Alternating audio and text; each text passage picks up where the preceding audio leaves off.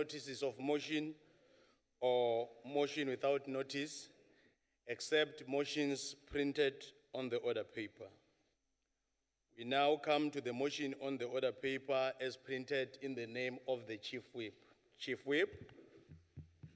Thank you very much, House Chairperson. I move that the Council resolves that Rule 239, subsection 1, which provides inter alia that the consideration of a bill may not commence before at least 3 working days have lapsed since the committee's report was tabled, be suspended for the purposes of consideration of the following bills.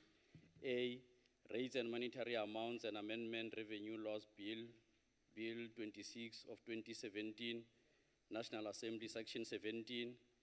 B, Taxation Laws Amendment Bill number 27 of 2017, in the National Assembly Section 77. C, Tax Administration Laws Amendment Bill number 28 of the current year, National Assembly Section 75. And D, Insurance Bill B1B 2016, National Assembly, and is Section 75. And lastly, Adjustment Appropriation Bill B25B in 2017, National Assembly Section 77. I so moved. Thank you, Chief Whip. As there is no speakers list, I shall now put the question. The question is that the motion be agreed to. As the decision is dealt with in terms of Section 65 of the Constitution, I shall first ascertain whether delegation heads are present in the chamber to cast their votes. Delegation heads are present. I'm informed that the system is not working, so we'll be doing it manually. In accordance with Rule 7.1, I shall first allow provinces the opportunity to make declaration of vote if they so wish. We shall now proceed to voting on the question. I shall do it in alphabetical order per province. Eastern Cape. The Eastern Cape agrees. Free State. Free State here, Amohela. Gauteng. Gauteng agrees. KwaZulu Natal. KwaZulu Natal iyavuma. Limpopo.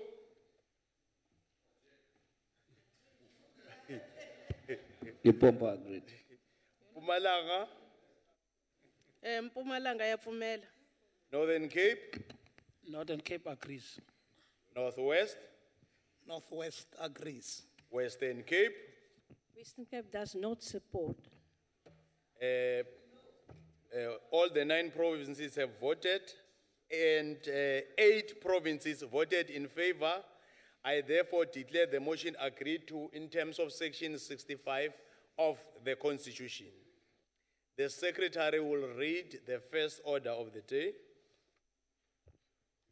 Consideration of report of Select Committee on Appropriations, proposed division of revenue and the conditional grant allocations to provincial and local spheres of government as contained in the 2017 medium-term budget policy. Honorable De Pierre.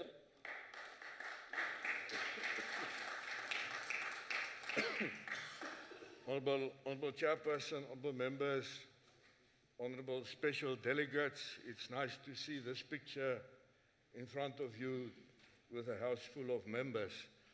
Honorable Chairperson, today we remember the passing on of Comrade President Mandela 4 years ago. An ANC icon, a statesman, and a world leader. But we celebrate his outstanding legacy of humanity, selflessness, self-sacrifice, and reconciliation. He was incorruptible. Let's build on the strength of his legacy, strengthening our democracy at the service of our people of South Africa.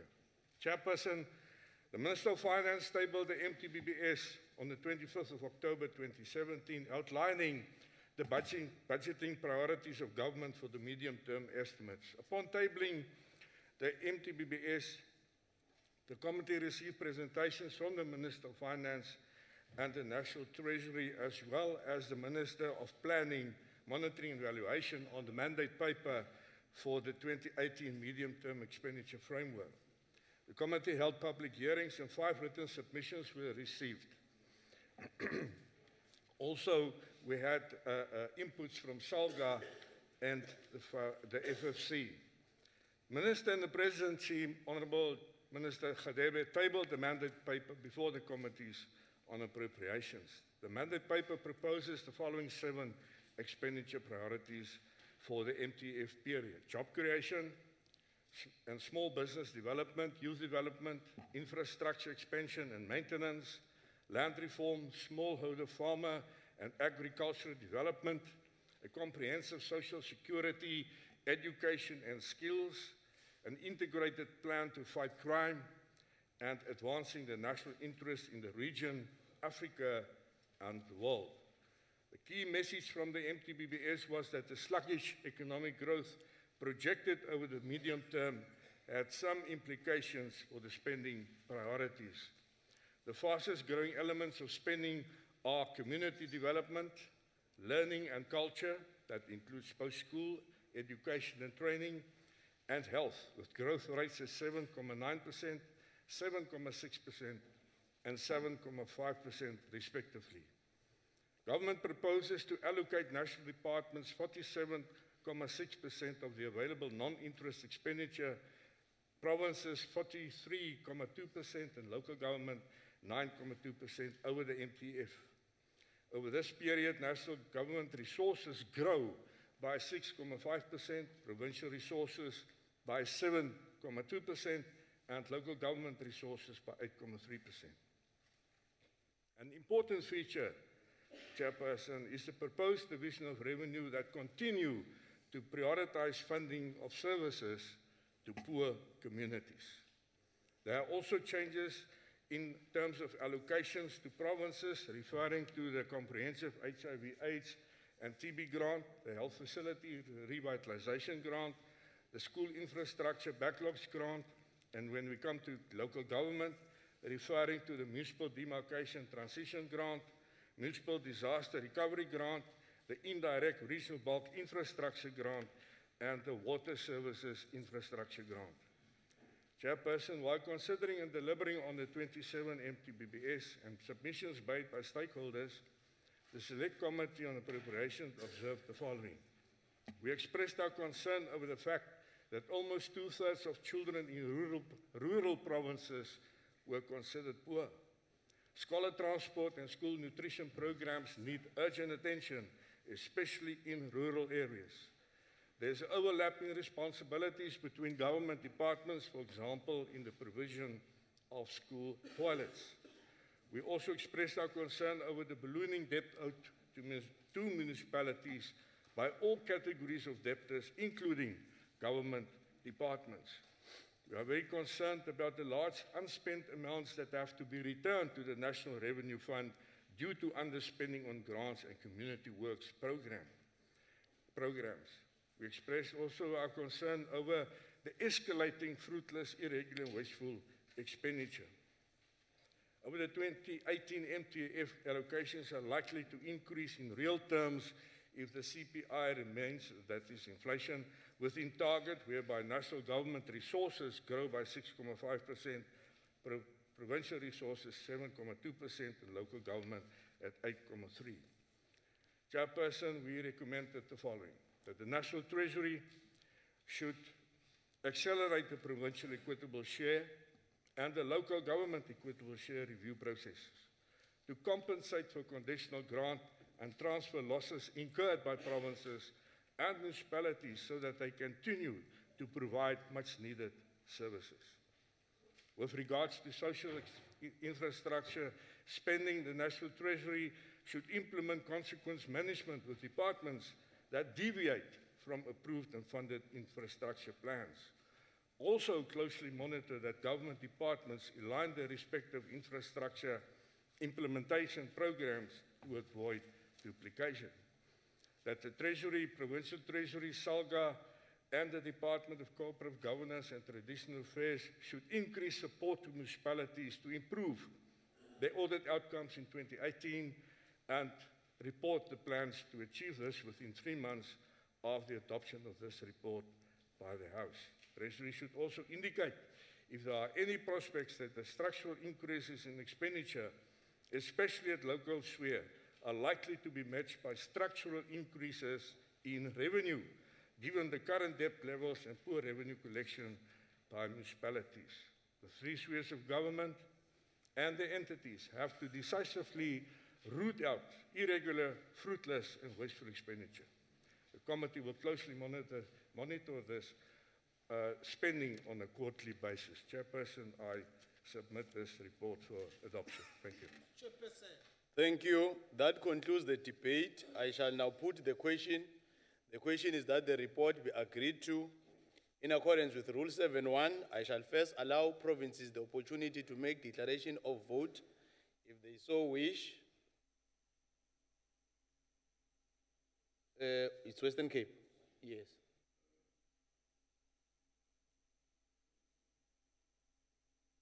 Chairperson, thank you. On behalf of the Western Cape, I bring to the attention of the NCOP the process and time allocated to provinces to process Section 76 bills, particularly those that govern the Money Bills Act and are just not sufficient. We point out that the Division of Revenue Amendment Bill was considered in the NCOP on the 22nd of November 2017. We objected to the procedure before the start of the plenary and delivered our objection timeously to the chairperson of the NCOP. Our objection was based on subsection 12(11) of the Money Bills Amendment Procedure and the Related Matters Act 9 of 2009. We clearly pointed out that 1st of November was the last day that the NCOP may consider the DORA bill, since the bill must be reported to the NCOP 9 days after the consideration of the revised fiscal framework. Therefore, Chairperson, 22nd November was already the 10th day and outside the time frame prescribed by subsection 12(11) of the Act, hence considering illegal by the DA and the Western Cape.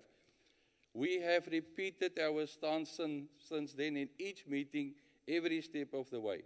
It is imperative that all levels of political leadership should and must exercise prudent oversight and enforce consequences on actions that continue to breach the legal framework. We implore the Council to act strongly against the bulldozing of bills in this House, which continues to hemorrhage our fiscus. The Western Cape cannot and will not be part of any illegal activity and thus cannot support the report. Thank you, Chairperson. Any other province? Not all the Western Cape, Chairperson. Northern Cape? Honorable Chairperson, the Northern Cape support this report. The Northern Cape support Order, members. the allocations made in the MTBBS. The honourable member serves in the Select Committee for Finance and Appropriations, and at every meeting we had a legal advisor with us, also submitting a legal opinion. That legal opinion became part of the minutes, and is fully aware that you can only consider legislation after the legislation has been referred to the National Council of Provinces, which we did. But nothing forbids the committee to receive presentations prior to the referral, nothing. So that legal opinion served them. Thank you, Chair, and the Northern Cape supports. Thank you. In accordance with Rule 7.1, we shall now proceed to voting on the question. I shall do it in alphabetical order per province. Eastern Cape? We agree. Free State? Free State re amohela tje. Gauteng? Gauteng agrees, Chair. KwaZulu-Natal? KwaZulu-Natal iyavuma. Limpopo? Phumela. Mpumalanga? Re a dumela. Northern Cape? Northern Cape agrees. Northwest? Northwest ya amohela. Western Cape? We don't support, Chairperson. The 9 provinces were able to vote, then 8 provinces voted in favor. I therefore, the report agreed to in terms of Section 65 of the Constitution. Honorable Julius. Dankie, achtbare voorzitter. Just to note that in Gauteng, here, the ANC is a minority. I don't know. The secretary will read the second, third, and fourth orders of the day. Consideration of rates and monetary amounts and amendment of revenue laws amendment bill, B26 of 2017, and the report of select committee on finance thereon, and consideration of taxation laws amendment bill, B27 of 2017, and report of select committee on finance thereon, and consideration of tax administration laws amendment bill, B28 of 2017, and report of select committee on finance thereon. Honorable DPR. Honorable Chairperson, the Minister of Finance, when tabling the national budget on the 22nd of February 2017, announced that the bills will be introduced during the 2017 year.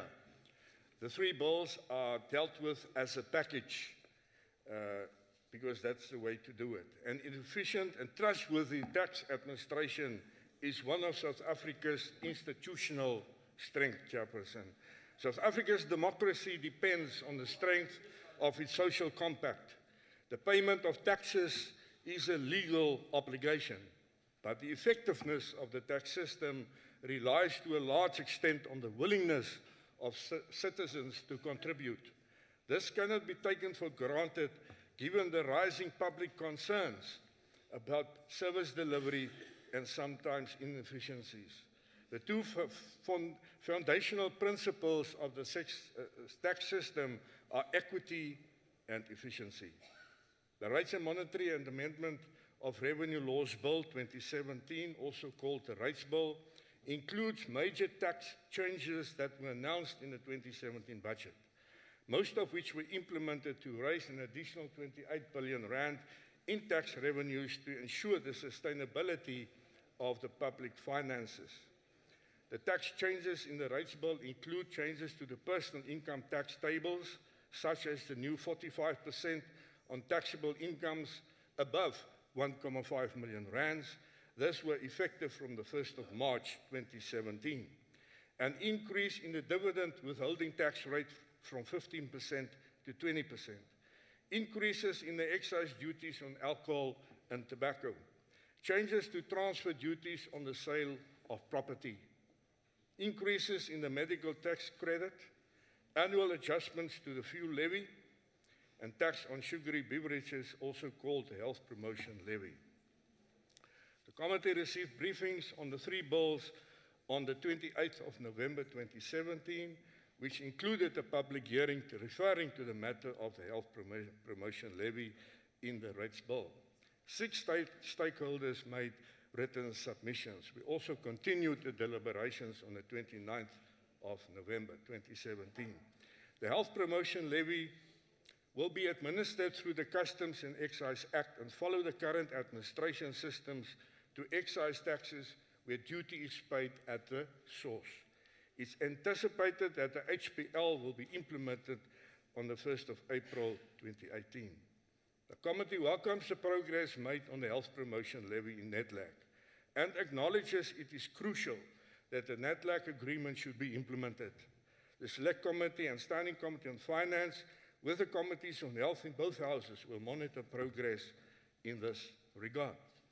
The committee noted that there were further engagement with stakeholders outside NEDLAC and that the differences between the parties were managed and reduced even though they were not 100% agreement.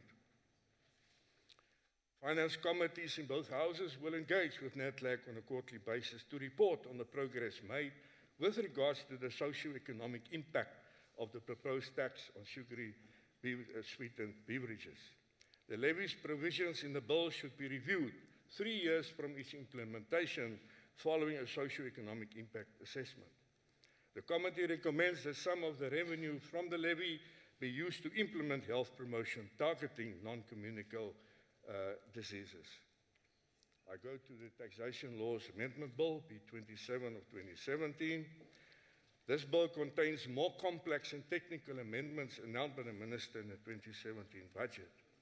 Key issues contained in the bill include the following: limitation of foreign employment, income exemption, tax relief for bargaining councils regarding tax non-compliance, addressing the circumvention of anti-avoidance rules, dealing with the share buybacks and dividend stripping, also tax implications if debt relief, referring to debt relief for benefit of mining companies, debt relief for dormant group companies, and tax treatment of conversion of debt into equity.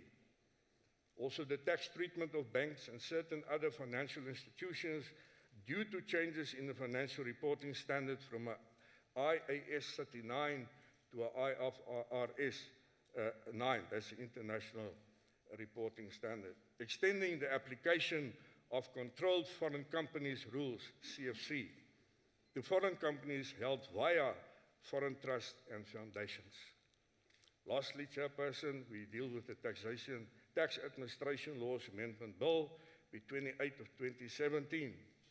This bill contains the administrative tax amendments announced by the Minister in the 2017 budget, and this refers to the fourth schedule to the Income Tax Act, which clarifies the application of an annual monetary cap on contributions to retirement funds for pay-as-you-earn purposes by proposing that the 350,000 rands be spread over a tax year.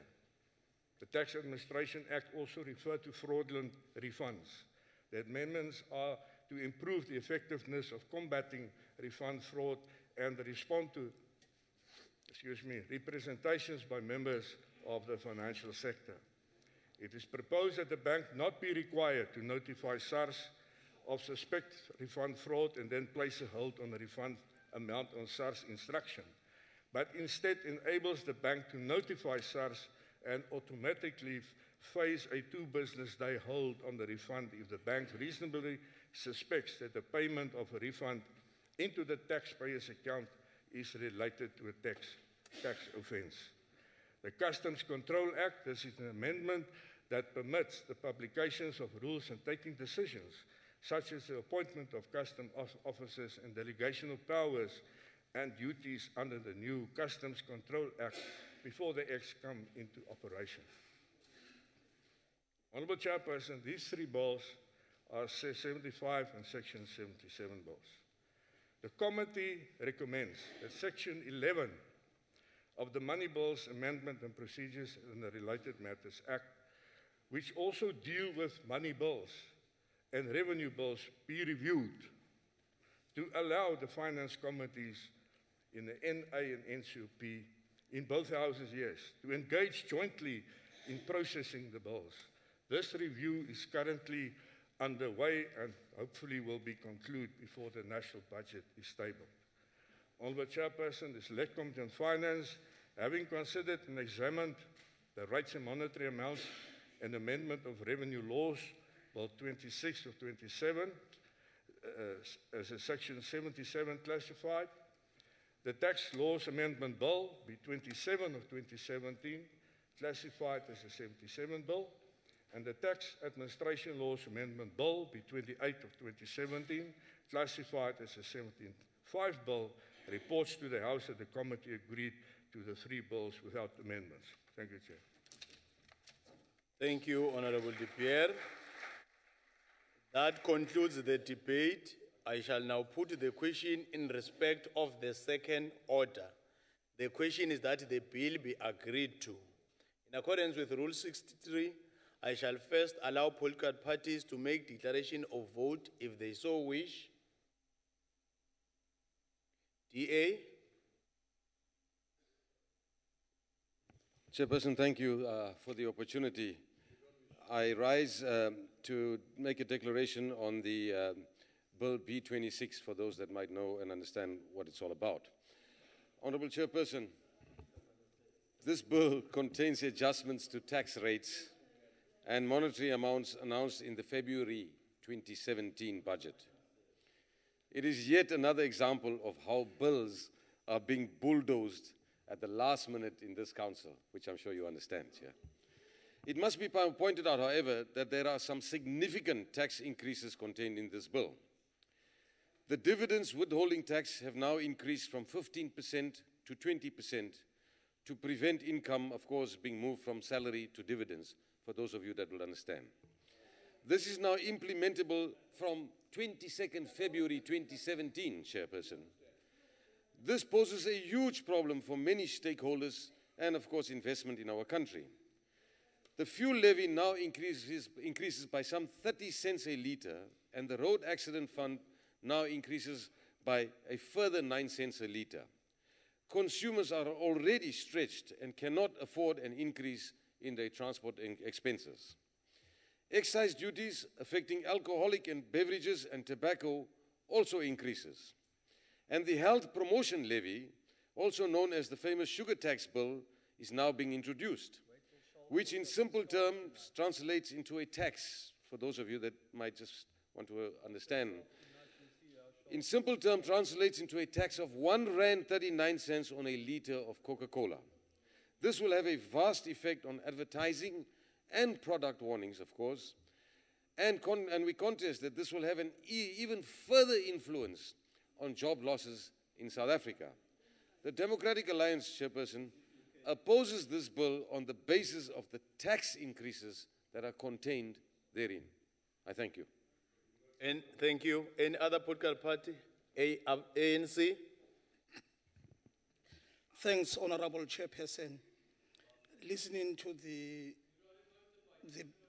appropriation that, the declaration that was just made reminds me of the words of one of the revolutionaries in Italy, Antonio Gramsci, and I quote, "I keep turning and turning in my prison cell like a fly looking for a place to die."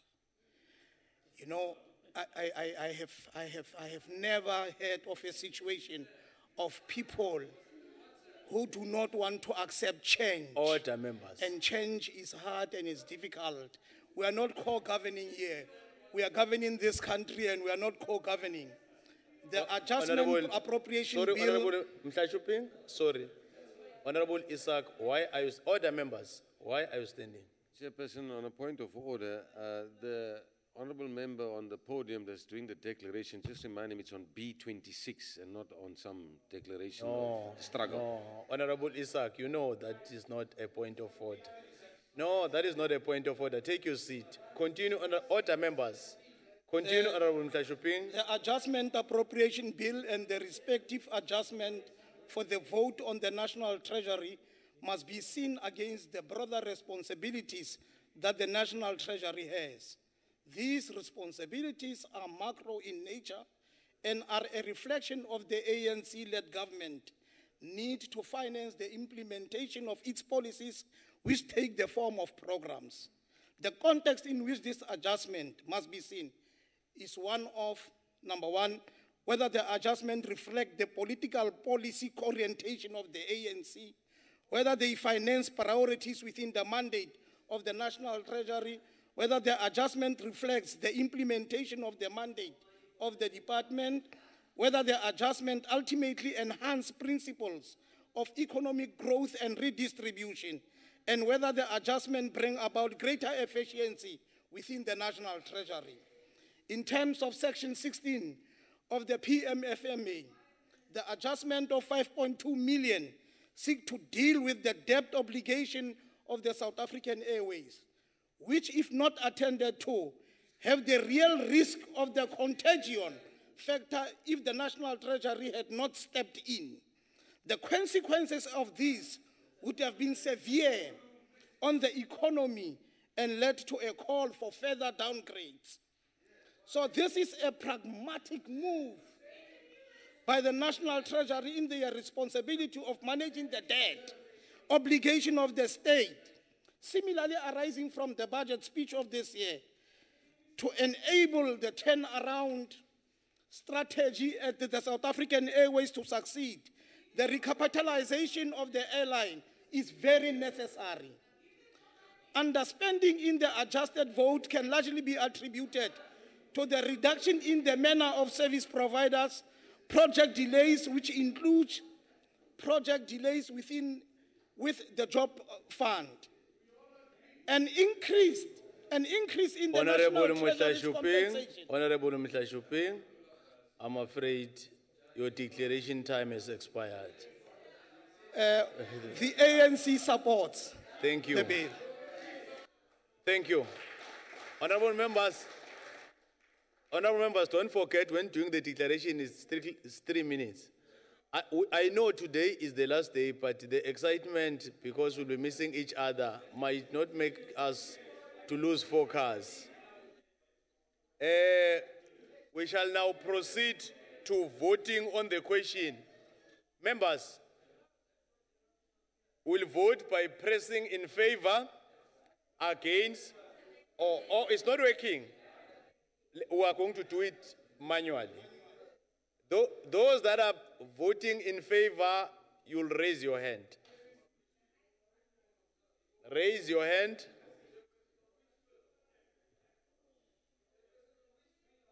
We're dealing with the first one. Yes.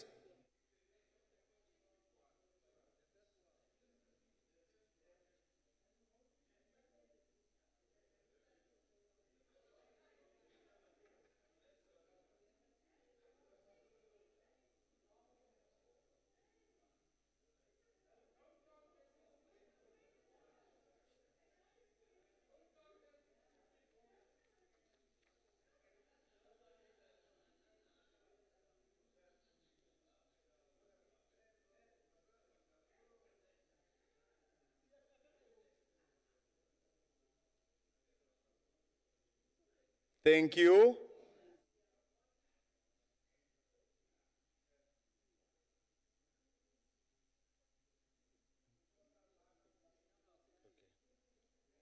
Those that are against, can they raise their hands? Those that are against?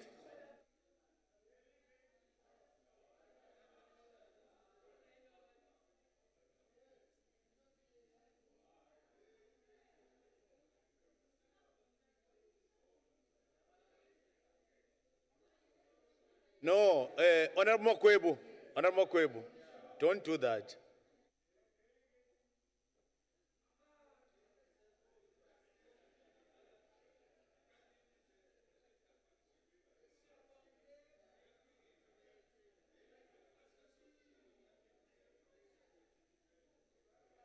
Thank you. Those that are abstaining,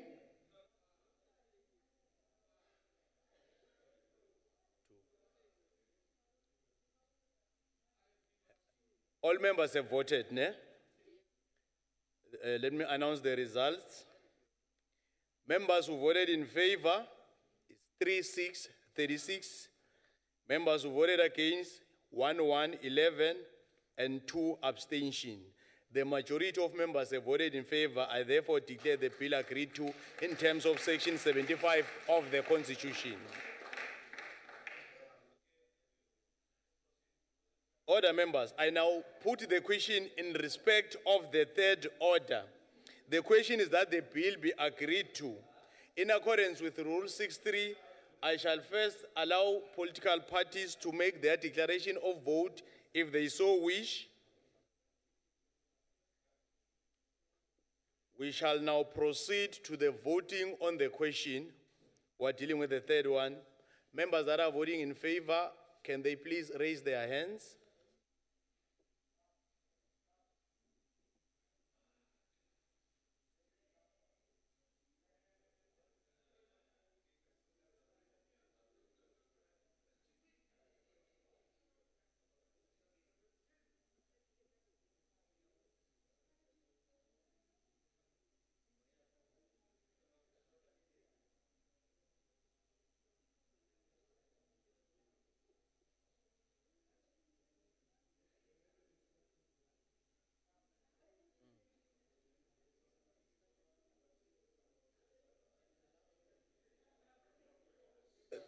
Thank you.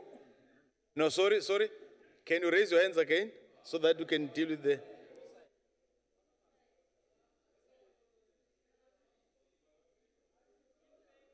In favor?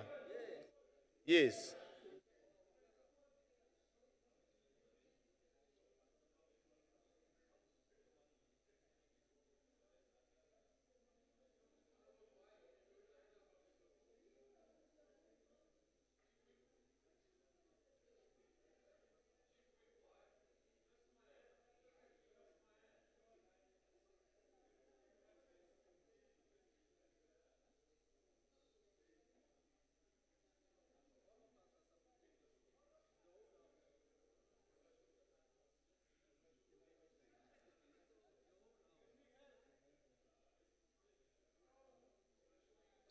Sorry, honorable members. Sorry. Let me apologize. Let's do it this way because they are struggling now. No, the system is not working. We're starting from this side. Honorable Ngita, can you assist the front table? Let's start from these two sides. Quickly. Those that are in favor, we're dealing with these two rows. Those that are in favor, these two rows.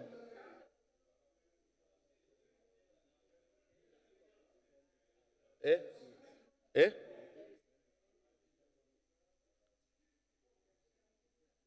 Yes, we're dealing with these two. Give it to the front table. Now we're in this row. Honorable Mshodu, can you assist me? You count yourself if you are against or you are in favor. Thank you. We're in this row now. Honorable Mtetwa, can you assist me? Those that are in favor, raise your hands. Honorable Mtetwa will assist.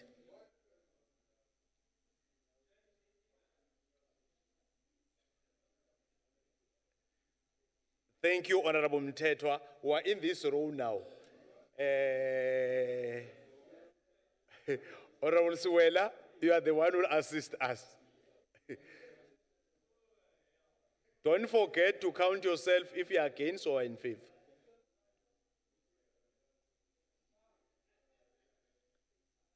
Thank you.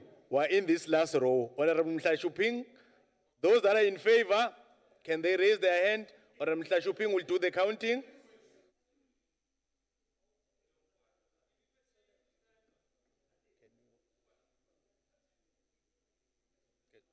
Can I have the results for?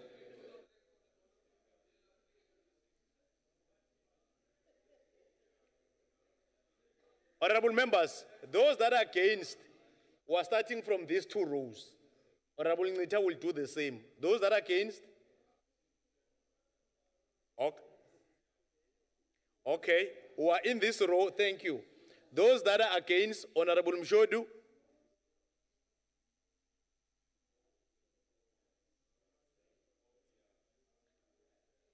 We are in this row, Honorable Mtetwa, those that are against.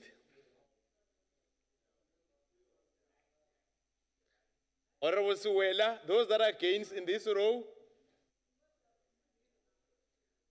The last row, Honorable Mhlashuping, those that are against, you raise your hand.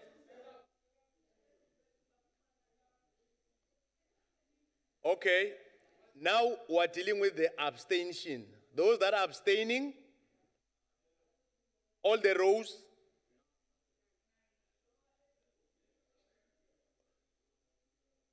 Okay, honorable members, the results. Members who voted in favor, it's 52. Members voted against, it's 2. No abstention. The majority of members have voted in favor. I therefore declare the bill agreed to in terms of Section 75 of the Constitution. I shall now put the question in respect of the fourth order. The question is that the bill be agreed to. In accordance with Rule 63, I shall first allow political parties to make declaration of vote if they so wish. I'm dealing with the fourth one now. We shall now proceed to voting on the question. Honorable Mangete, what's the problem? Thank you, Chairperson. I don't know, rule me out of order if I am, but with the first voting process, the numbers did not tally. They indicated that we are 49 in the House, yet we are 53. We are 54. What? We are more than the outcome. of the counting in the first vote, just for the record.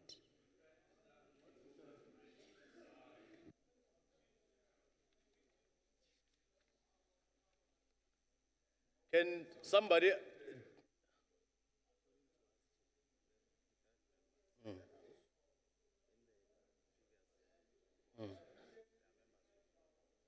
Okay. Honorable Mangete, according to the records here, there are members that never participated. So that is why you quoted your numbers wrong. So the numbers are correct. Yeah, they are tallying. We are dealing with the fourth order now. We are starting from this row. Those that are in favor, the two rows, Honorable Ncita, we are dealing with the fourth order. Honorable Ncita.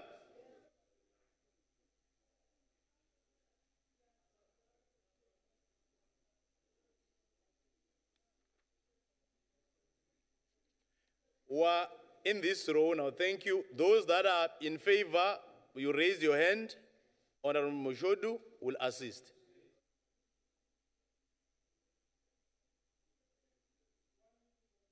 We are in this row now. Those that are in favor, Honorable Mtetwa.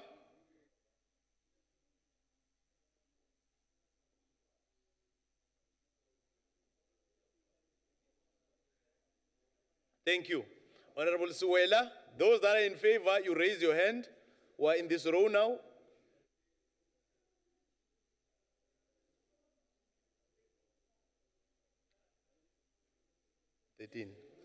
The last row, Honorable Mtashuping, those that are in favor, you raise your hand.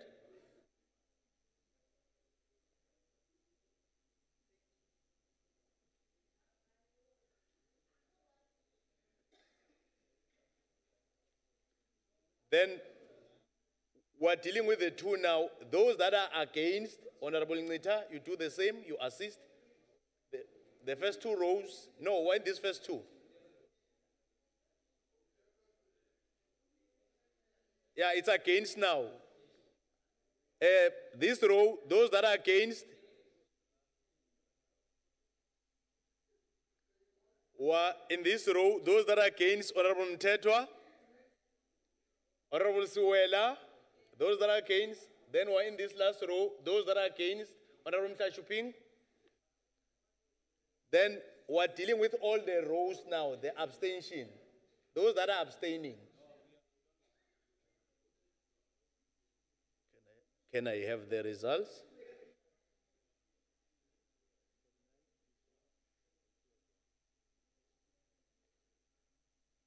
Here are the results.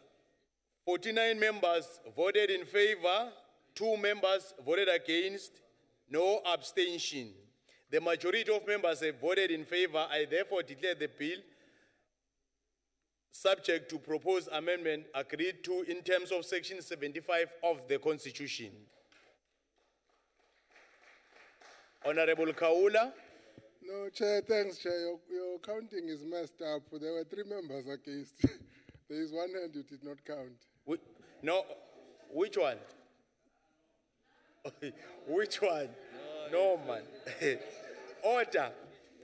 The Secretary will read the 5th order of the day. Consideration of Insurance Bill B1B 2016 and report of Select Committee on Finance thereon. Honorable De Pierre. Honorable Chairperson, the Insurance Bill builds on the Financial Sector Regulations Act in respect of the prudential supervision. It provides a consolidated legal framework for the prudential supervision of insurers as envisaged in the Financial Sector Regulation Act. The Insurance Bill will promote financial inclusion and insurance sector transformation, change safety and soundness of insurance through introducing a new solvency assessment and management regime, help maintain financial stability through introducing a framework for insurance group supervision, and facilitate alignment with international standards adapted to South African circumstances in accordance with South Africa's G20 commitments. The objective of the bill is to promote the maintenance of a fair, safe and stable insurance market for the benefit and protection of policyholders by establishing a legal framework for insurers and insurance groups that facilitates the monitoring and the preservation of the safety and soundness of insurers, enhance the protection of policyholders and potential policyholders, increase access to insurance for all South Africans, promotes transformation of the insurance sector, and contributes to the stability of the financial system in general. Chairperson, Select Committee on Finance, having considered the Insurance Bill B1B 2016, National Assembly, Section 75, referred to it and classified by the JTM as a Section 75 bill, report that it has agreed to the bill. Thank you, Chair.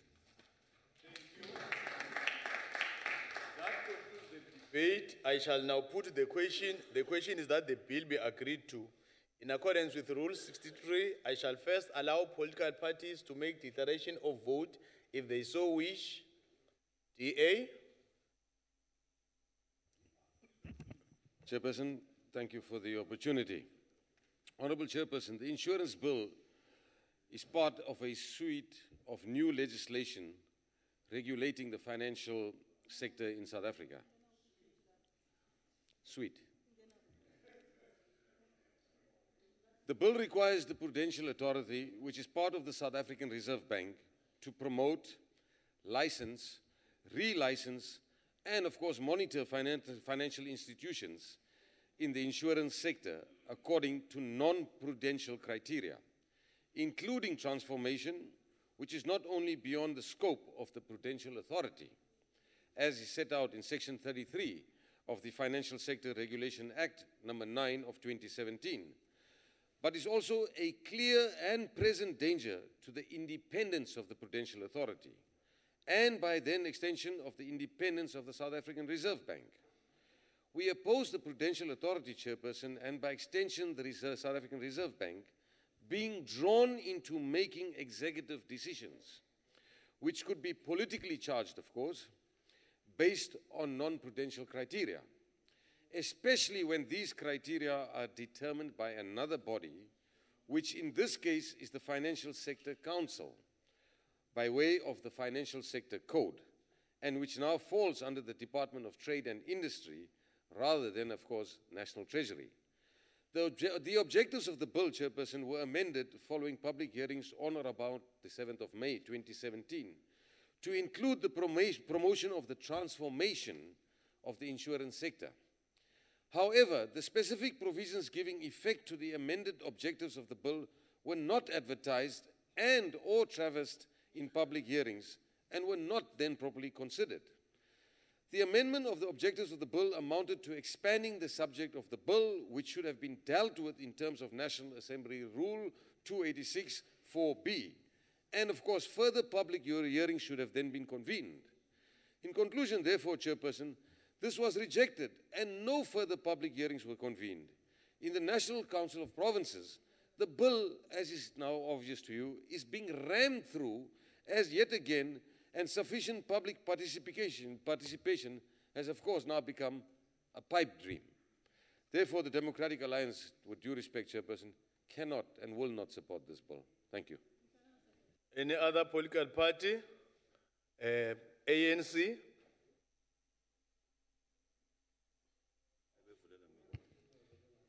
Thank you very much, Chairperson. The insurance bill is part of the tranche of bills giving effect to the financial sector transformation model. And this bill was indeed adequately consulted upon. Public participation took place, and we as the committee also took into account when we decided on this particular bill, the fact that indeed various stakeholders were brought into the process. The bill seeks to transform the financial sector so as to reduce the prospects of the negative consequences of 2008 global financial and economic crisis recurring, for those transacting in the financial sector. It is the lower income earners that usually suffer disproportionately when financial institutions fail. As an important part of the overall transformation of the financial sector, the bill seeks to encourage new entrants into the highly monopolized insurance industry to contribute towards the de-racialization of and ownership aspects of the transformation of the insurance sector. The bill promotes the maintenance of fair, safe, and stable insurance market for the benefit and protection of policyholders by establishing a legal framework for the prudential regulation and supervision of insurers and insurance groups, and also increase access to insurance for all South Africans and promotes transformation of the insurance sector. With regards to requirements to a licensee to operate as an insurer, a person must demonstrate that they have a plan to meet stated commitments in terms of transformation of the insurance sector. The Prudential Authority may amend, delete, replace, or vary any licensing conditions or impose other additional licensing conditions when it is in the public interest, including transformation of the sector. The Prudential Authority may exempt any insurer or a controlling company for developmental, financial inclusion, and transformation objectives.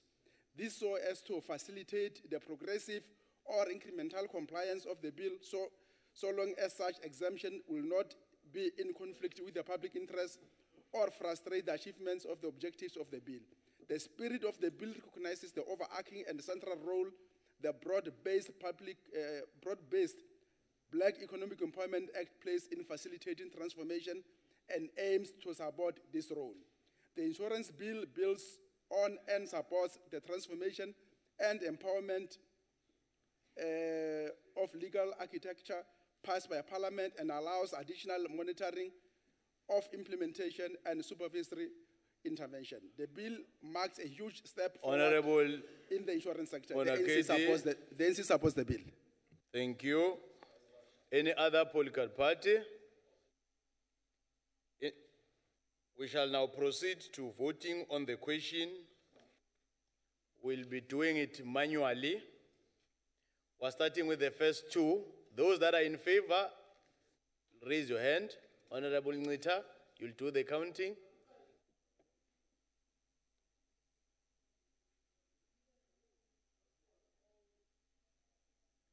We are on this row. Those that are in favor, raise your hand. Honorable Moshodu.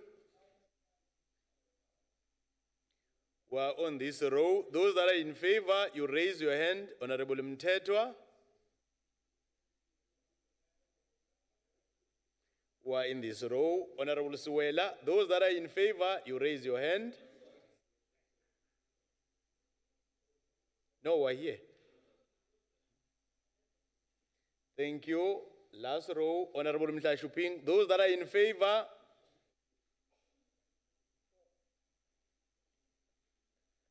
then we're coming to the first two. Those that are against, Honorable Ngita.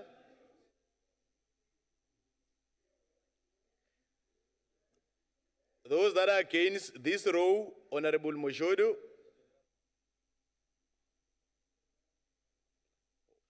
Thank you. We're in this row. Those that are against, no. You must stand up and assist. Thank you. You are in this row. Those that are against, thank you. Those that are against the last row, Honorable Mhlashuping. Those that are against,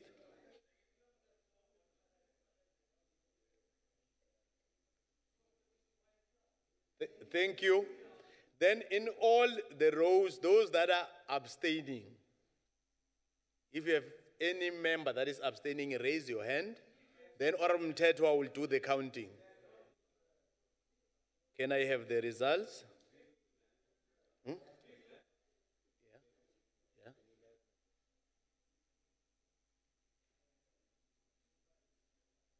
44 members voted in favor. 1, that's 11 members voted against. no abstention. The majority of members have voted in favor. I therefore declare the bill agreed to in terms of Section 75 of the Constitution. Thank you. The Secretary will read the sixth order of the day. Consideration of report of Select Committee on Finance, proposed fiscal framework of the Minister of Finance on 25 October 2017. Honorable DPR. Honorable Chairperson, 99.9% of this report was captured in the committee report by the Select Committee on Finance on the revised fiscal framework.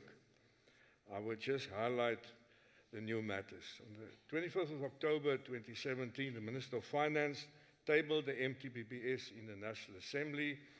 The MTBPS included the revised fiscal framework for 2017-18, which has been reported on, and the proposed fiscal framework for the next 3 years. Cabinet has decided that the Presidency will now, on the basis of the medium-term strategic framework, which is based on the National Development Plan, provide a framework of government's priorities within which budget priorities should be decided.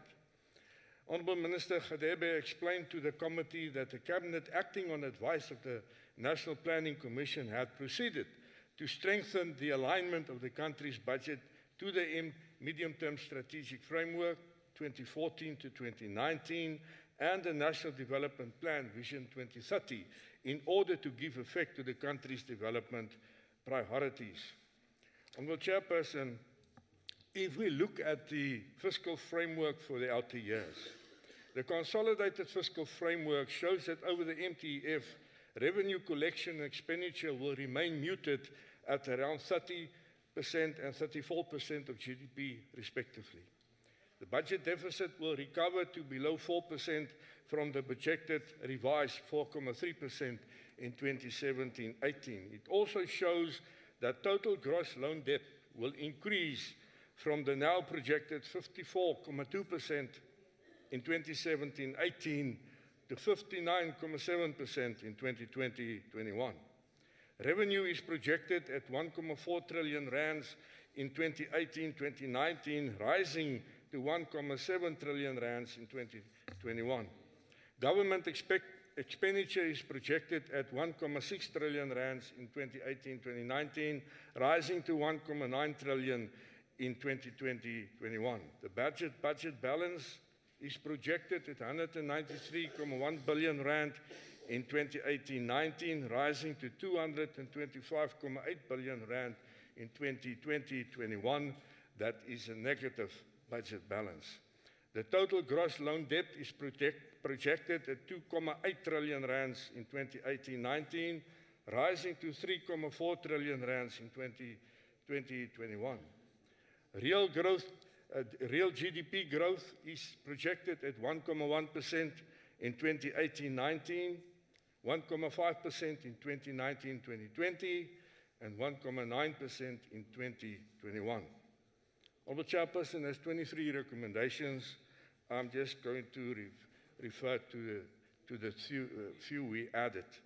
The committee notes the clarification by Minister Khadebe and that the mandate paper does not indicate specific funding allocations, as this is part of the budgeting process led by the National Treasury and the Minister of Finance.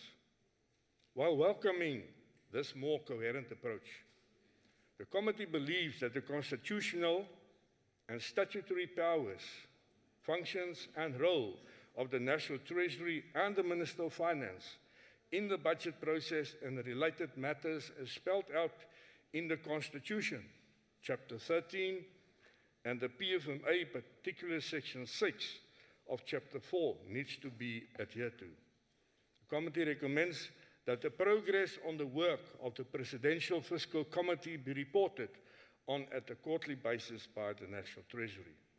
Looking at the projected shortfalls in revenue to increase from 63 billion in 2018-19 and 89.4 billion in 2019-20, as well as the projected budget deficit to grow to 225 billion in 2020-21, It means that more than ever, we have to focus on the quality and efficiency of spending and more decisively root out wastage and corruption. The committee welcomes the CEO initiative decision to introduce a youth employment service to provide internships to about 1 million young people over the next 3 years and the 1.3 billion SME fund. National Treasury needs to report to the committee regularly on progress on these initiatives. We also welcome the review of the 2002 SACU agreement over the next 2 years through a ministerial task team, including the trade and industry and finance ministers. Honourable Chairperson, I table this report for the House for consideration. Thank you. Thank you. That concludes the debate. I shall now put the question. The question is that the report be agreed to. In accordance with Rule 7.1, I shall first allow provinces the opportunity to make declaration of vote if they so wish. Western Cape. Thank you, Honourable Chairperson. This report deals with the fiscal cliff, the shortfall on the national budget, and bailouts for state-owned enterprises. This budget has made it clear that there is no government integrity and credibility left. We have lost the National Treasury to state capture as well as many, if not all, of state-owned enterprises such as SAA, Eskom, SABC. All of them remain captured, Chairperson. Our country has suffered a downgrade recently to junk status. Foreign investment has drastically decreased. The most vulnerable South Africans are suffering from exponential inflation, and we have seen persons and companies evade tax to a point where SARS is now suffering a revenue loss of over 50 billion, despite the previous Minister of Finance, Mr. Pravin Gordhan, only having estimated the amount at approximately 30 billion in February this year. The SARS has previously been lauded as a world-class institution, but this year we have witnessed a breakdown of the trust in this institution as well, which has been also marred by state capture and thieves eating the people's money. The impact of unemployment and investor confidence to state capture has been phenomenal, and the ANC national government cannot justify deliberate, reckless expenditure. Chairperson, the Western Cape cannot support this report. I thank you. Thank you. Any other province? Northwest? No, thanks, Honorable Chairperson. The people of Bokoni Bophirima and its government agrees and supports the framework, and they support it on the basis that it gives a broader picture of the South African economy and what could be projected moving forward to the future. Chairperson, this should not come as a surprise. South Africa is a country amongst countries in the world. Now, in 1929, there was a serious recession in the country that they support most, when Roosevelt had to come up with a New Deal. America was in recession. And therefore, when we experience this for the first time in South Africa, it does not come as if it's a miracle. And the minister, in what he addressed in his speech, indicated the mechanisms in which he thinks that it would be best for this country to move forward. The minister further alluded to the fact that there is a new board that has been appointed in SAA, turning it around. There's a turnaround strategy, and I am not sure if they wanted people to collapse this state. They wanted people not to receive their pensions, people not to receive their salaries, people not to receive houses, people not to receive NHI, and people not to have a better life, and a better life for all. Thank you, Chairperson. Thank you. Order members. Order members. Honorable Julius. Order members.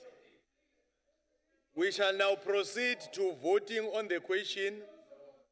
I shall now do it in an alphabetical order per province. Eastern Cape, The Eastern Cape, siyavuma. Free State, Na ga ba etsa tje, Free State re amohela ka diatla tse pedi tjhe. Gauteng, Gauteng agrees, Chair. KwaZulu Natal, KwaZulu-Natal siyavuma. Limpopo, Mpumalanga, Ngiyadumela. Northern Cape, The Northern Cape agrees. Northwest, Bokoni Bophirima ya dumela. Western Cape, Does not support, Chairperson. Thank you. 8 provinces voted in favor. I therefore declared the report agreed to in terms of Section 65 of the Constitution.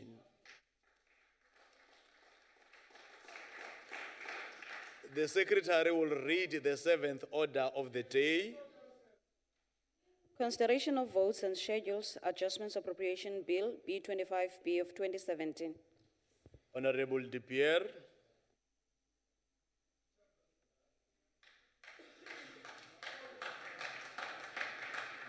Honorable Chairperson, there's a few members in the House. Sorry, Honorable De Pierre. Let me deal with Honorable Isaac. Why are you standing, Honorable Isaac? Chairperson, on a point of order, I asked before the honourable member on the podium presents, if I may, do a declaration and explain on behalf of the DA as to what our position is. No, but it's not. Order, members. He's making his point, then I'm making my ruling. You know, it's not in line with our rules. Let's allow him to present. So, Can you take your seat? Will I then be allowed an opportunity? No, we'll be dealing with all of them.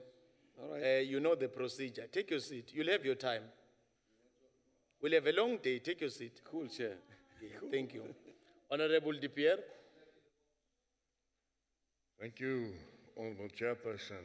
There's a few honorable members in this House that must realize we are busy with serious business.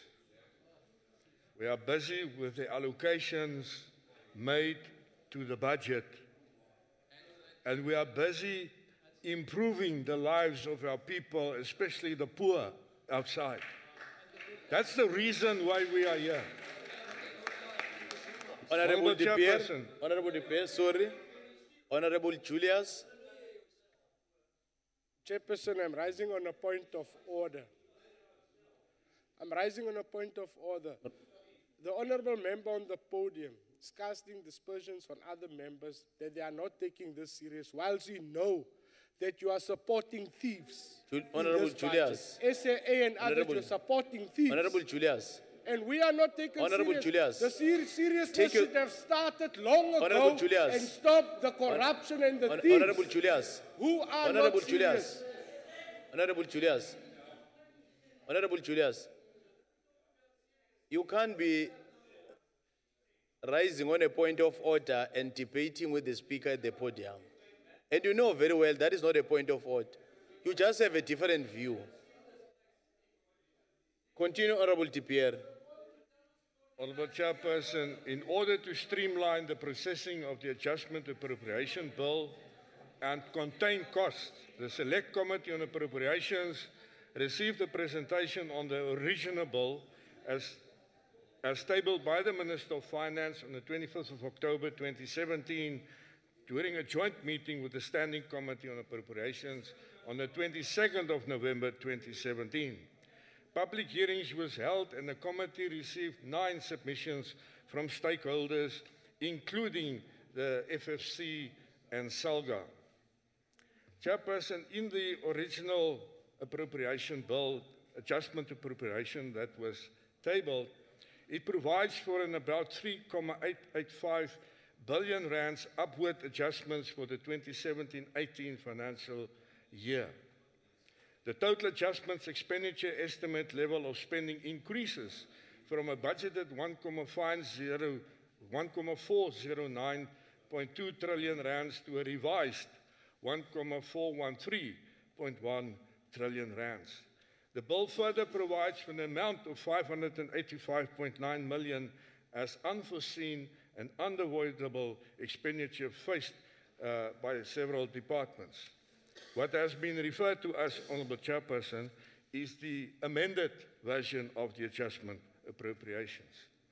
Subsequently, the Standing Committee amended the original bill by an amount of 100 million rand after receiving submissions from the National Treasury and the Department of Home Affairs. The Adjustment Appropriations Bill B25B of 2017, as amended by the Standing Committee on Appropriations of the National Assembly, was then referred to the Select Committee on Appropriations on the 30th of November 2017. On the 1st of December, the National Treasury briefed the Select Committee on Appropriations on the background to and the nature of the amendments.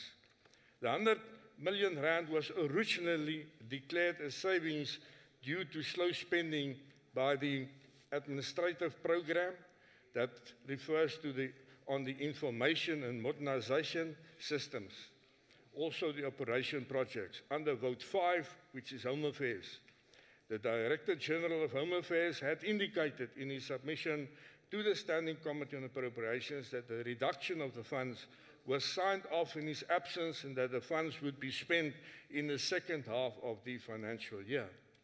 Based on the submission made by the DG of Home Affairs, National Treasury agreed to revert the 100 million rand back to the department.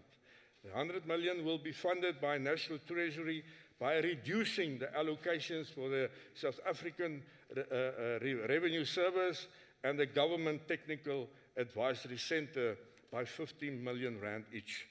These reductions are based on the anticipated slow or delayed implementation of projects by SARS and the Government Technically Advisory Centre.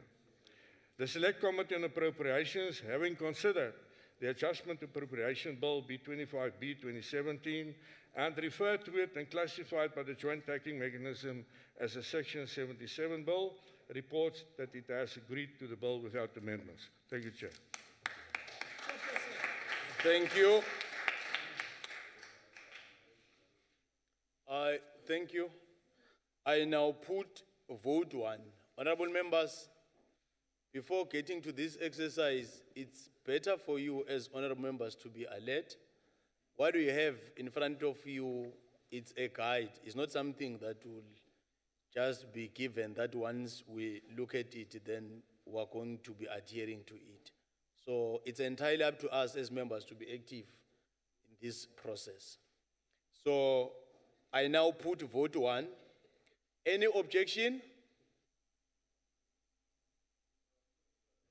Chairperson, will you now give me an opportunity to state what I need to do in terms of my declaration? Honorable Isaac, there is a procedure and a process in dealing with this thing. Yeah, but Chairperson... Then we're getting to it now and we're dealing with it. But Chairperson, why are you now not allowing me an opportunity in terms of the democracy and the rules?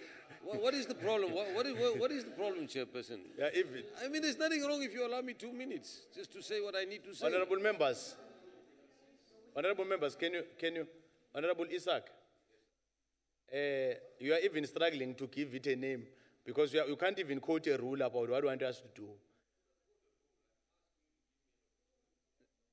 I said we are dealing with this thing being guided by what is in front of us. Anything outside what is in front of us and against the convention and the rule of this house will create problems for the house. Honorable Labuskaghne. Thank you, Honorable Chair. Honorable Chair, I want to draw your attention to the fact that we are busy with the order number 7. Good. On order number 7, we want to raise, on a point of order and a point of privilege, to point out our position on the process and procedures. Therefore, a question has been put to the House. The question is the question of the votes. We should be able to make a declaration. Although it's not been done in the past, but this question has been put to the House. there's a question in front of the House. It's section 75. We should be able, as parties, to do a declaration before we start on the vote. If we want so. You didn't, you said we're going to vote now. There's a question put to the House. Can you take a seat? Can you take a seat? Honorable members, I don't know why are we trying to do what is even. You can't even link it to the rules. And Honorable Labuskachen, I am aware about what you are raising because it has been brought to my attention that there was a letter that was even written to the chairperson of the National Council of Provinces, and that letter was responded to by the chairperson. And now we're dealing with issues as per what is in front of us. And you want us not to adhere to convention and rules, and you'll create problems. I'm saying now, in terms of what was presented, we're dealing with vote 1. If there's anything in relation to vote 1, let's deal with vote 1. Anything outside vote 1, then you're creating a problem. And I've made a ruling, and if any member has got a problem with my ruling, there's a way of dealing with that. Honorable Engelbrecht. Mr. Chair, no, thank order, you. members. Let's deal with it first. Mr. Chair, thank you. You keep on referring to what's in front of us. However, our system is not working, and I've been given no additional communication or papers, so I have got no idea what's supposed to be in front of me. So can I request that information, please, sir? Yeah. The staff will provide you with a list so that you can know what's happening.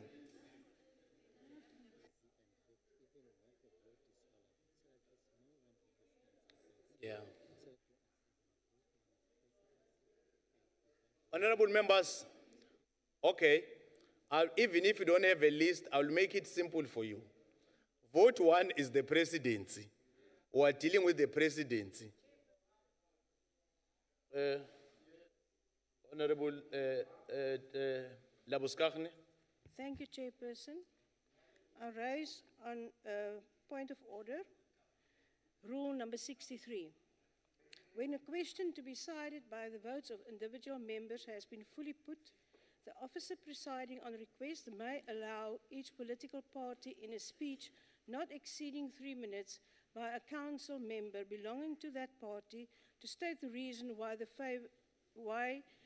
party is in favor of or against the question. The fact that it's never been done doesn't mean that it's part of the rules. I requested specifically may allow each political party in a speech not exceeding 3 minutes.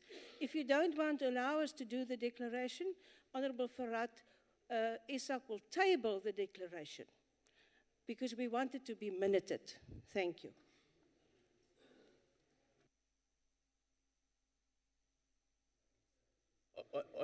Order members, Honorable Labuskachen, you are reading a correct rule, but you want to apply where it does not apply. We are going to be dealing with vote 1, the presidency. We are going to deal with objections.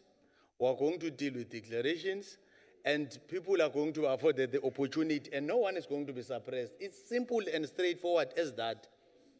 I don't know why we're creating a problem. That is not a problem. I'm taking the last, we are the last one on this issue, Honorable Isak, because I've made my ruling. And I'm not going to be entertaining it beyond what I've done. Chairperson, thank you. I respect what you're saying. But I'm asking you that on a point of privilege, why will you then not allow me to do a 2-minute declaration? You know, with due respect, again, Chairperson, this is a perfect example of how you continue to dictate the terms. You continue to insist that you will have it your way and only your way. What is the problem? What are you defending? Why won't you allow me to do a 2-minute declaration? The colleague has pointed out that there is a question before the House. Take your seat. There is a question before the House. Take your seat. And that questions need to be answered. So I want to do a declaration. Honorable members, No, but Chairperson, Honorable you members. continue dictating. Honorable- You continue bulldozing. Take your seat. Inside and outside. Can you take your seat? I want to do the declaration. Take your seat. And I insist that I be given an opportunity, Chair. Take your seat. Order, members. Honorable members, we can't be abusing the process. I'm explaining that you even wrote a letter to the chairperson of the council, and the letter was attended accordingly. You are not recognized. You are not recognized.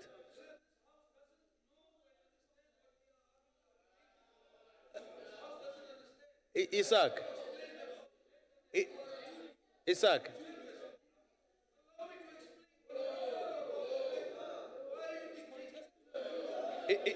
Isaac, take your seat.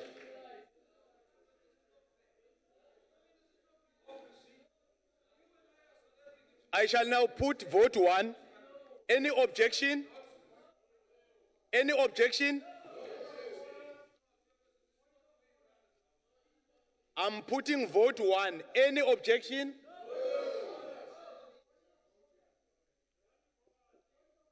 Okay. Can you protect me, please? I'm standing, Chairperson, can you protect me, please? I'm standing on a point of order. Can you switch it off? We are dealing. What point of order? There's no point of order. Order, members.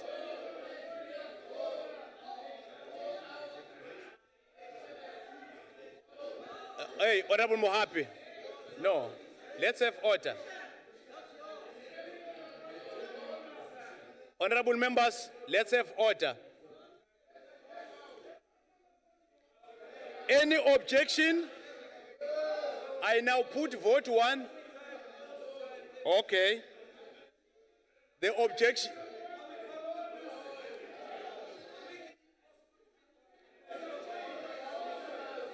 Honorable members, we are not recognized. You are not recognized. Order, members. Honorable members. Honorable members. Honorable members.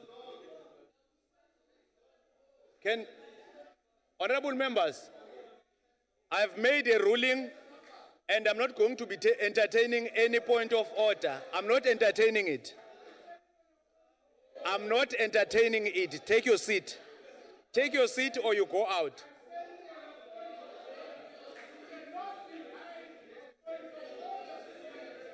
Any objection? Let's note the objection of the IFP. Or is the objection and the objection of the UTM?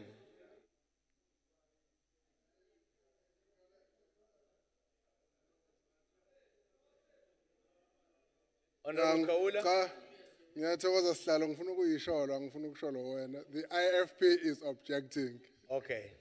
We note the objection of the IFP and the objection of the UTM.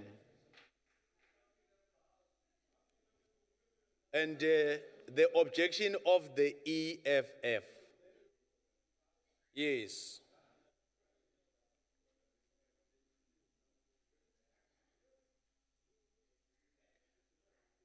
And is there any demand for maybe for a division?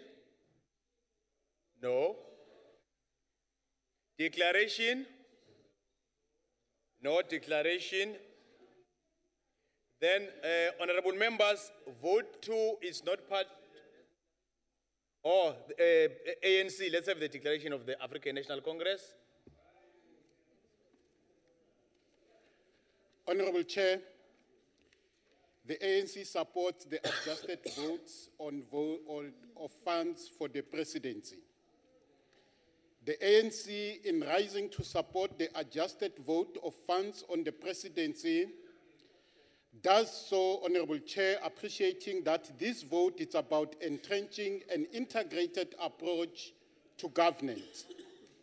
The presidency is the center of strategic coordination, ensuring a focused and aligned response to implementing government's programs. It is central in aligning and coordinating the implementation of strategic agenda of government in all 14 national outcomes of the medium-term strategic framework. It is responsible for the integrated planning and policy coordination and coherence, contributing to the realization of the National Development Plan Vision 2020. It is through the financing provided by this vote that implementation of the recommendation of the Presidential Commission on the evaluation of the performance of coordination system of governments is in fact exercised with the view to strengthening their effectiveness. It is in the presidency, Honorable Chair, that programs and achievements of the medium-term strategic frameworks are measured and all budgeting in government is assessed against the respective outcome of the medium-term strategic framework. The effective planning, monitoring and evaluation of all government departments and national rollout of best practice models in an integrated service delivery happens in the presidency.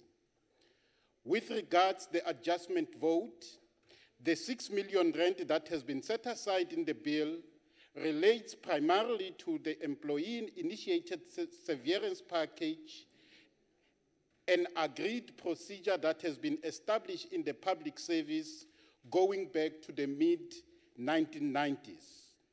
In addition, there is specific support for the executive that has also been set aside as rollovers. In conclusion, Honorable Chair, the presidency remains the driver of key projects fostering inclusive economic growth. Operation Pakisa, the methodology of application in pursuit of the national goal of economic growth and development, is driven from the presidency. The 9-point economic plan to ignite economic growth and create jobs aimed at stimulating the growth of the country's economy and acting as a catalyst for the realization of the National Development Plan and medium-term strategic framework outcome is coordinated from the presidency. In this regard, therefore, Honorable Chair, the ANC support the adjusted vote of funds for the presidency. Thank you. Thank you. Let me apologize to the IFP. Before dealing with the IFP, Honorable Engelbrecht, why are you standing? Mr. Chair, I'm standing on a point of order and I'm looking at Rule 53, where Rule 53 says the rights of a member to speak, and a member may speak in the council to a point of order. And you prevented Honourable Jock Julius from making a point of order. So I'd like to request that to be referred to the rules and orders, please, Chair. Because this is what the rule says, and you prevented him from making a point of order. So I object to that. You must not be selective when quoting these rules. Can you take your seat so that I address your point of order? The point of order that was raised by Honorable Julius, it's in relation to the point of order that was raised by Honorable Isaac, Honorable Labuskarne, and I made a ruling. And at the end, after being very patient and allowing all of them to keep on raising one and the same thing, I said any other issue in relation to that is not going to be entertained. And if any member has got a problem about the ruling, there's a clear procedure about it. And I've observed that even when somebody was doing a declaration, you decided just to stand. And we can't allow that to continue. I've made my ruling about it, and now if you've got a problem about it, there's a procedure. This house has got rules. It can't be that if you want to just stand up and invent your own rules, then we are going to be subjected to wrong rules. I've made a ruling about the issue, and it's closed now. We're dealing with declaration. It's an opportunity for the IFP. IFP? No, thanks, Chairperson. The IFP was not going to make any declaration But those remarks from my colleague have just triggered something. You know, Honorable Chairperson, for the first time in the history of this country, we have the office of the president that is a disaster. And all the problems that the country is experiencing, either political or economic or financial or social, all they stem from the irrational decisions taken at the office of the president. So that is why the IFP is objecting to this vote. And Chairperson, for the record, the IFP is not going to be making any other declaration in all the individual votes except at the end when we deal with the bill itself. Thank you. Thank you, IFP.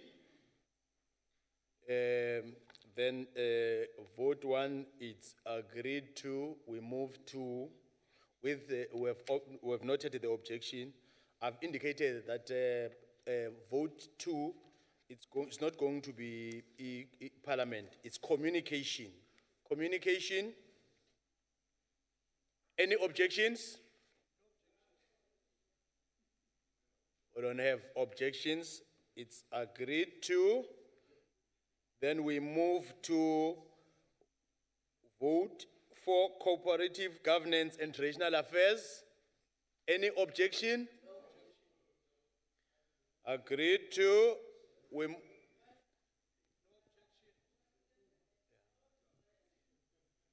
Home affairs. Any objection? Okay, let's note the objection of the EFF. Any declaration? No declaration. Then we move to vote 6, international relations and cooperation. Is there any objection? Is there any objection? Okay, we note the objection of the EFF. Any declaration? No declaration. Then we move to vote 7, National Treasury. Any objection? We note the one of EFF. Then is there any declaration? Okay, let's have the declaration of the EFF. It's 7, National Treasury. The EFF rejects the budget adjustment for budget vote 7 on National Treasury. Mr. Malusi Gigaba had a spectacular opportunity to free himself from the influence of Zuma and the Gupta family when he got appointed as a finance minister. He could have insisted on the independence of the National Treasury, on refusing all attempts to have this important institution captured by those toxic individuals in the form of Zuma and Guptas. However, no, he proved to all and sundry that he is an integral part of that corruption network. Just a few weeks ago, the Treasury budget head resigned, citing massive influence and interference by the Zumas and the Guptas in aligning the budget of the country. Under the leadership of our country, our country has recently been downgraded to the junk status, which will make it even tougher to South Africans to eke out a living. We have almost 36% unemployed rate. Almost 45% of young people are unemployed. We need a radical, well-thought plan to revive our economy, create jobs, and feed our people. We do not have a slightest chance of doing that if our budget is still controlled by the Guptas through Malusi. We reject this budget adjustment. Thank you. Thank you. ANC. Honourable Chairperson, the respective adjustments for vote 7 on the National Treasury must be seen against the broader responsibilities that the National Treasury has. These responsibilities are macro in nature and are a reflection of the ANC-led government's need to finance the implementation of its policies, which takes the form of the programs. In terms of Section 16 of the PFMA, Chair, The adjustments seek to deal with the debt obligations of SAA, which if not attended to, have the real risk of the contagion factor if the National Treasury had not stepped in. The consequences of this would have been severe on the economy and led to a call for further downgrades.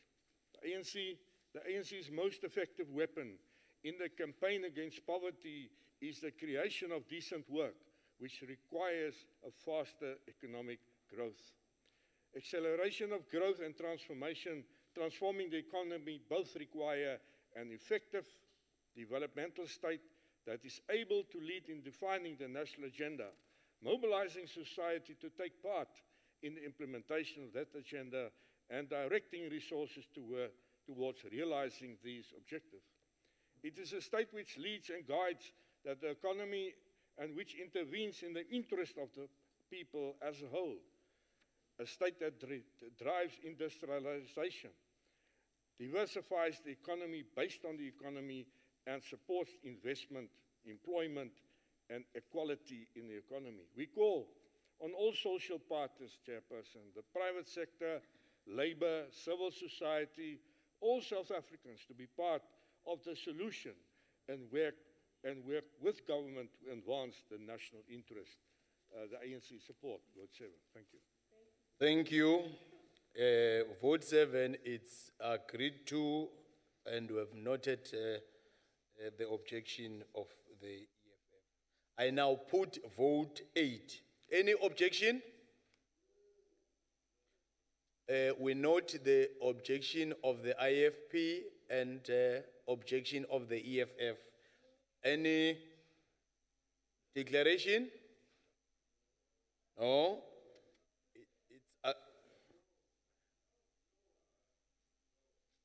No. Thank you. Any call for a division? Then it's agreed to. We now move to vote 9. That is public enterprise. Any objection? Yes, we noted the objection of the EFF. Any declaration? It's EFF. There is a declaration. The EFF rejects the budget adjustment for budget vote 9 on public enterprise. The current parliamentary inquiry on state capture has revealed more than anything that Minister Lane Brown has been a primary enabler corruption of our state enterprises for a very long time. It was under her watch that the mess at ESCOM has escalated to the extent it has. She enabled Dudumyeni Zuma, who was the chair of South African Airways, to dictate terms of what should happen at ESCOM in order to ensure that the Gupta network of corruption spreads its corrosive tentacles around every inch of ESCOM.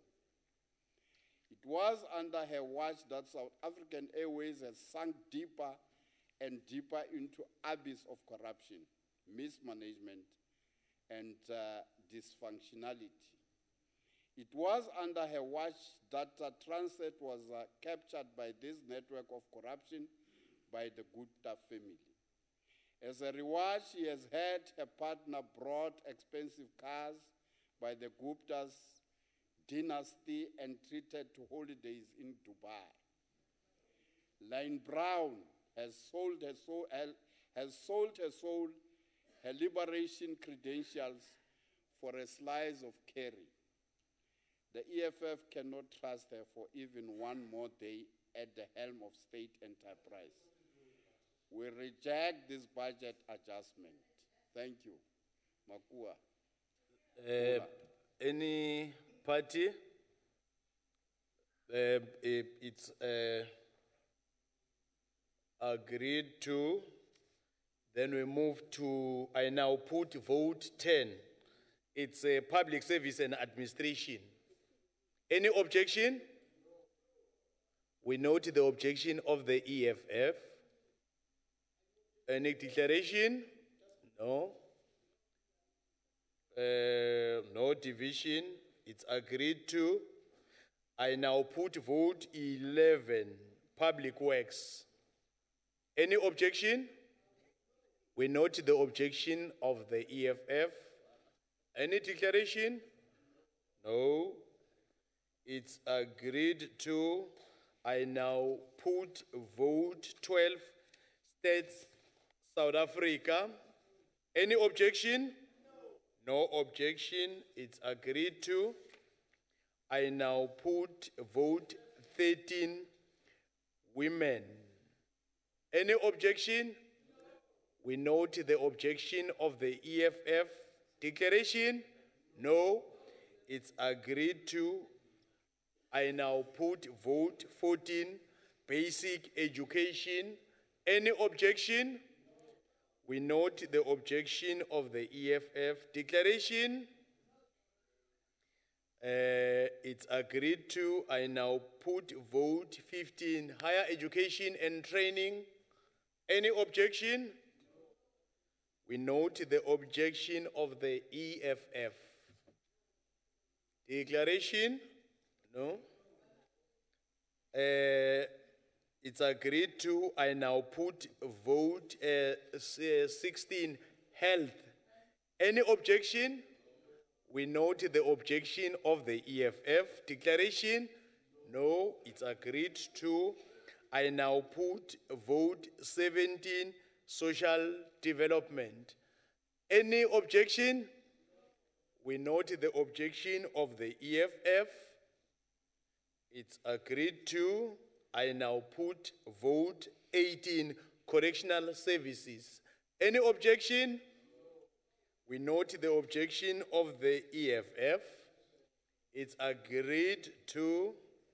I now put vote 19, defense and military veterans. Any objection?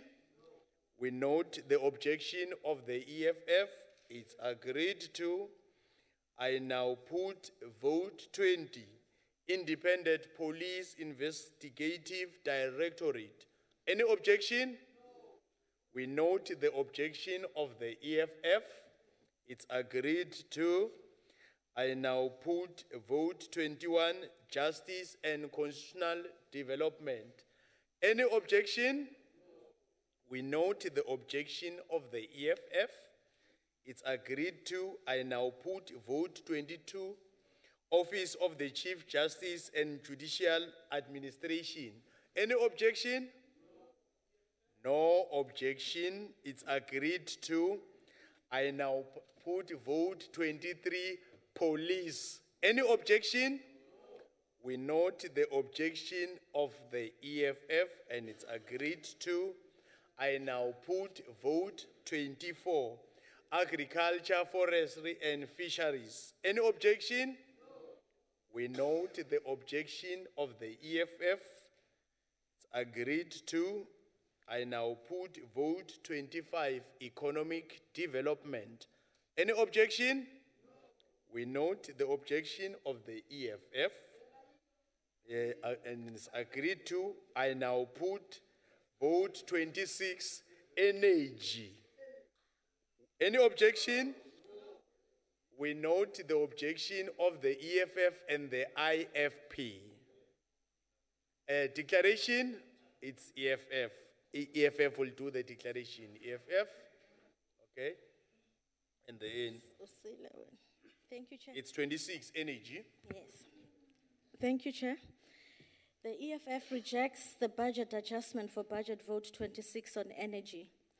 We do so because we acknowledge that energy is the lifeline of our economy and needs to be managed properly in a manner that benefits the rest of our country. However, it has been captured by a small clique of corrupt and unscrupulous people in the form of the Gupta and the Zuma family.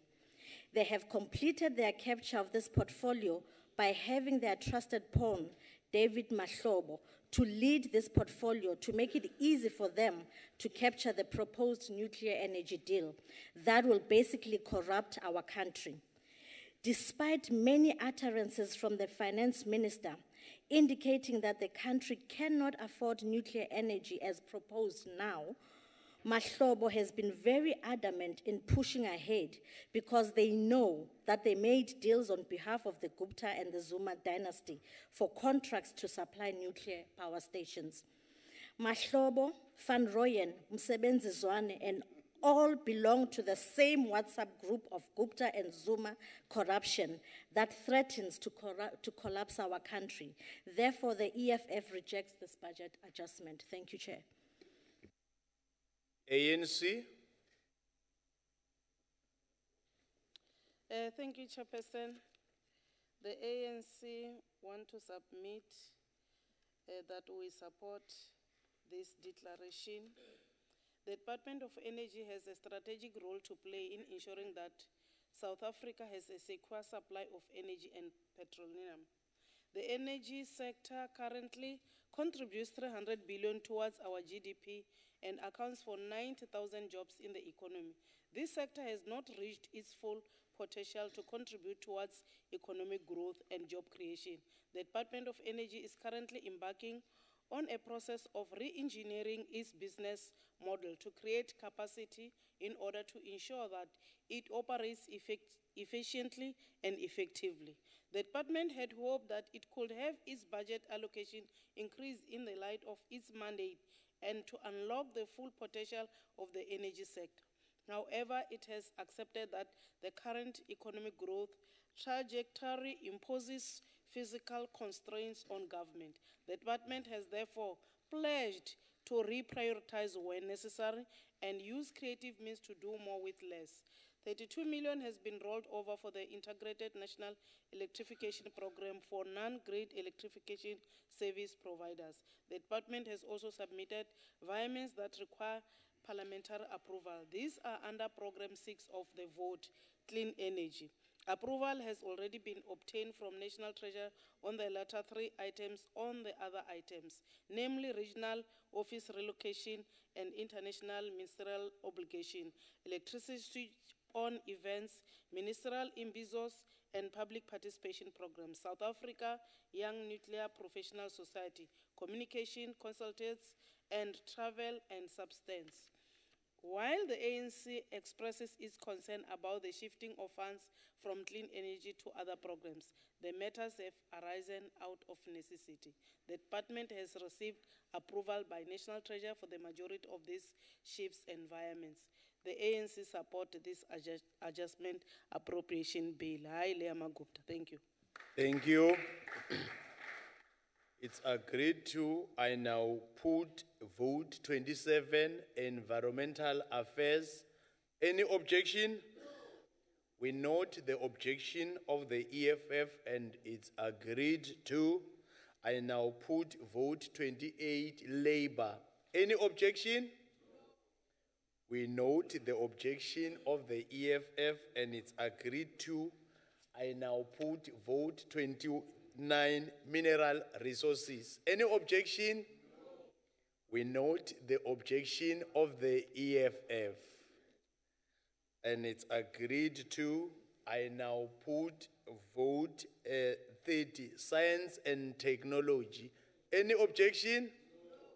We note the objection of the EFF and it's agreed to. I now put vote 31, Small Business and Development. Any objection?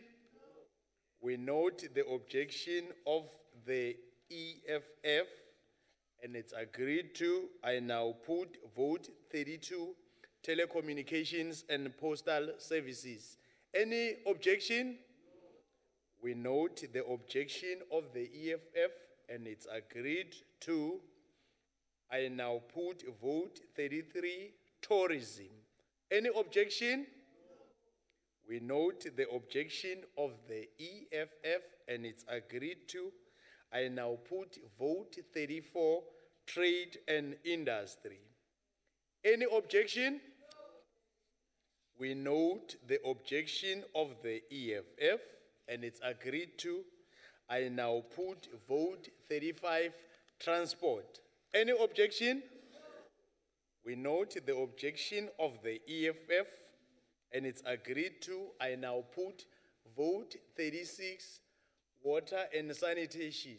Any objection? We note the objection of the EFF and it's agreed to.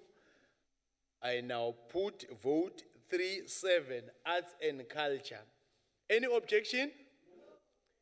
We note the objection of the EFF and there is a declaration from the ANC.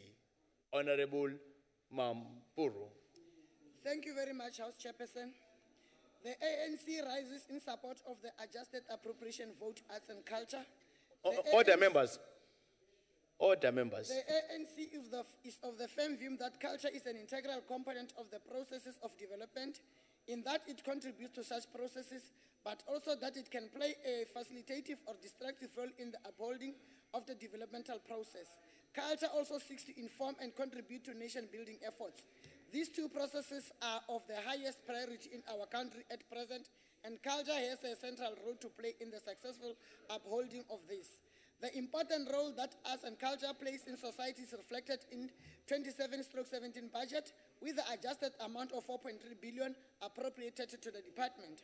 Program 1, administration had a rollover of 11.8 million for ICT, servers and software, leases and municipal charges for the department's new office building. The department used the virement procedure to transfer a total amount of 3.6 million. The department has declared unspent funds amounting to 90 million. Program 2, institutional governance. 32 million in unspent funds has been declared on capital works projects at the National Archives due to disputes between the Department of Arts and Culture, the Department of Public Works, and the Independent Development Trust. 6.5 million in unspent funds has been declared on the capital projects at the Isibubu Cultural Area due to the disputes between the Department of Arts and Culture, the Department of Public Works, and the Independent Development Trust. Program 3, Arts and Culture Promotion and Development. 10 million in unspent funds has been declared on capital works projects at performing arts institutions due to the funds not yet transferred as a result of the non-submission of business plans for new capital projects as required by the department's infrastructure policy. House Chairperson, Program 4, Heritage Promotion and Preservation. 41.4 million in unspent funds has been declared on capital works allocation to heritage institutions due to the slow spending. The adjustment to this vote will assist in the contribution towards nation building and social cohesion. The ANC supported the adjustment to the vote of arts, for arts and culture. Thank you, House Chairperson. Thank you. And that is agreed to. I now put vote 38, human settlement. Any objection? We note the objection of the EFF and it's agreed to. I now put vote 49, rural development and land reform. Any objection? We note the objection of the EFF and it's agreed to. I now put vote 40, sports and recreation. Any objection? We note the objection of the EFF and it's agreed to. That concludes the consideration to the votes. I shall now put the schedule. Are there any objection to the schedule being agreed to? No objection, it's agreed to. The Secretary will read the 8th order of the day. Consideration of Adjustments Appropriation Bill, Bill 25B of 2017, and report of Select Committee on Appropriations thereon.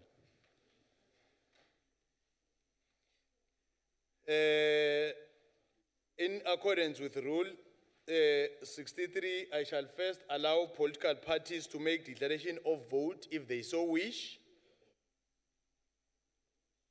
No declaration of vote. Oh, it's IFP.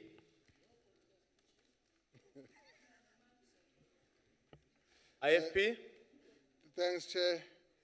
Whilst the IFP supports the Adjustment Appropriation Bill B25 of 2017, we do so only in consideration of supporting continuation of governance in the country just for the sake of the people of South Africa. The IFP continues to raise the obvious alarms that the ruling party has persistently continued to ignore. The tax base of the country is gradually shrinking. A myriad of factors have a contribution to this financially disturbing situation. The persistent government inability to attract sound investments into the country has impacted heavily to this shrinking tax base. As a result, the country has continued to shred jobs, resulting in increased levels of unemployment. Because of this financially unhealthy state of affairs, the South African Revenue Service has failed to meet the targets of its tax collections. With the lower than expected tax collection, the country has been forced to increase its debts in order to cope with the country's needs and demands. Political instability within government, leadership uncertainties in the ruling party, and the reckless, immature political decisions in the presidency have all further worsened the confidence of investors to can inject more capital into the economic markets of the country. One would have assumed that the powers that be should long have established a grasp and grasped the reality that the reckless political decisions have a considerable impact and long-lasting effects in destabilizing the political economy of the country. With things as they stand, one can only draw a definite conclusion that only a well-schooled political fundi could have the capacity to comprehend and conceptualize this political inadequacy at the helm of government. Hence, the chant of "Cry the beloved country," our fingers are crossed for a more than magic kind of divine intervention to rescue the country. It should be more than embarrassing to the ruling party benches that for something close to a decade, the economy and the driving seat of the country has been captured by just one non-entitic family which has no roots at all in the struggle credentials of the country and the continent. All this happened under the so many watchful eyes in the forums where policy decisions are taken. When at one stage the IFP indicated to His Excellency the Deputy President of South Africa in 2015 that the country was on autopilot, he just dismissed without any consideration. Now with all these recent and current revelations, the chickens are coming home to roost. The Auditor General has continued to warn the country against the increasing levels of irregular and wasteful expenditure. Corruption has also continued to put more burden in the already stressed financial situation of the country. In an unhealthy economic situation like ours, as outlined by the Honorable Minister of Finance in his mid-year budget, it calls upon Treasury to institute more tighter measures in the spending patterns of the country. Treasury needs to also scrutinize the spending patterns of the country's SOEs. Honorable Kaula, I'm afraid. Wangilimaza sir. Kodwa ke kona kunjalo uthi umntwana ngisho kanjalo sihlalo ngiyathokoza. Honorable or ANC.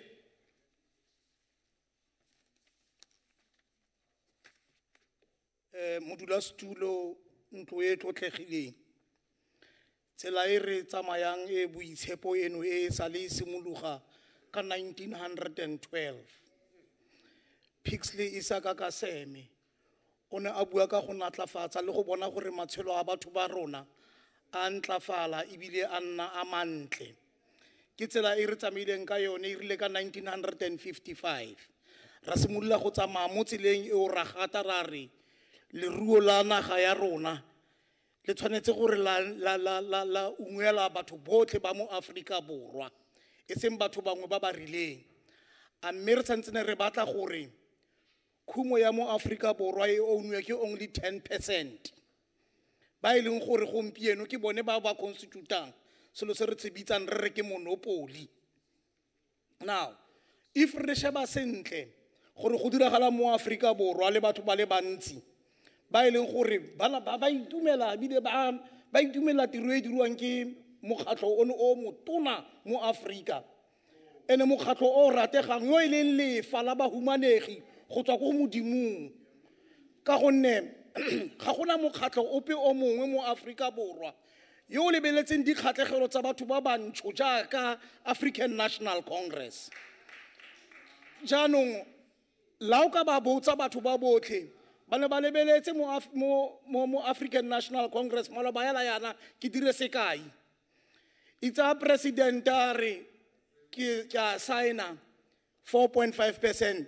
Ka ba betsa di hallelujah ba itumetse ba galalela ba sa re a re batle yaanong batho bao re ba bitsa ka Setswana re ba bitsa dilakgaka dinwamoro ga o ila kgaka ga o nwe moro wa teng ka jalo ga wa tshwanela go nna seilakgaka sejamoro ka gonne budget e re buang ka yone e tlile go ungwela batho ba rona ba botlhe e tlile go ba createla ditiro e tlile go ba fa matlo e tlile go dira gore mantlo boikhutlo di-budget system di eradicatiwe e tlile gore go dira gore go nne le health e siameng. Sorry, Honorable Mhlajuping. Honorable Keila. Chairperson, just on a point of order on the 4.5%. He's been worrying me about that. I want to tell him you're getting it this week. That is not a point of order. Conclude, Honorable Mhlajuping. He has been worrying me more than any other member in this house because he was always pestering me about it. I'm sure where you are. You say the ANC government is delivering. And indeed, we are delivering. We are a government that cares for our people. Honorable Mhlajuping, I'm afraid your time has expired. Thank you. We shall now proceed to voting on the question. We'll do it as we have been doing all along. The two rows, Honorable Ncita, we are still employed. Those that are in favor, you raise your hand.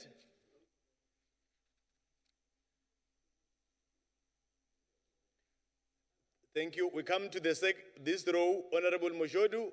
Those that are in favor, you raise your hand. Thank you. We come to this row, Honorable Mtetwa. Those that are in favor.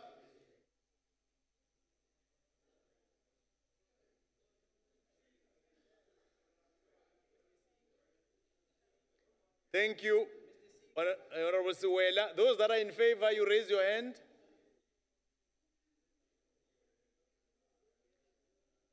Thank you. The last row, those that are in favor, Honorable Mhlajuping, can you assist?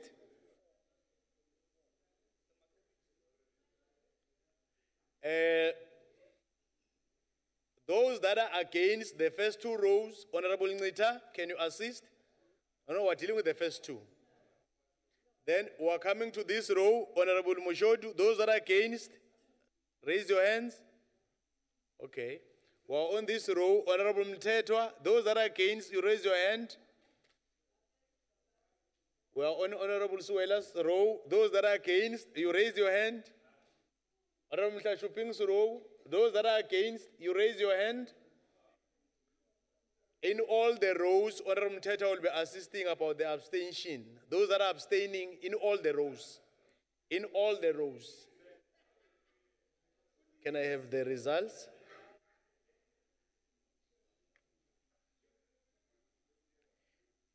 Uh, 39 members voted in favor, 2 members voted against, no abstention. The majority of members have voted in favor. I therefore declare the bill agreed to in terms of Section 75 of the Constitution. The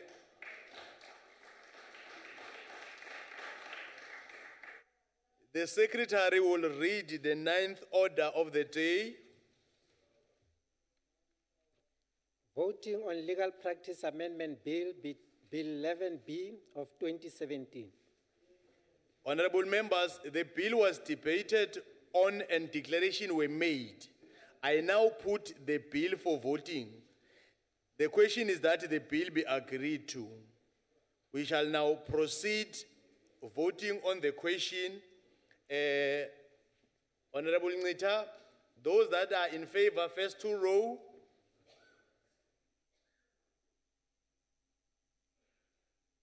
Thank you. Honorable Moshodu, it's your row now. Those that are in favor, you raise your hands. Thank you. Honorable Mtetwa's row, those that are in favor, you raise your hands.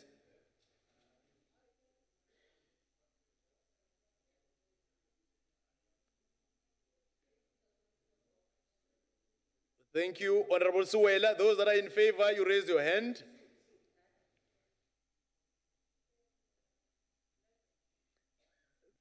Thank you. Honorable Mhlachuping, those that are in favor, you raise your hand. Those that are against, first two row, Honorable Ncita.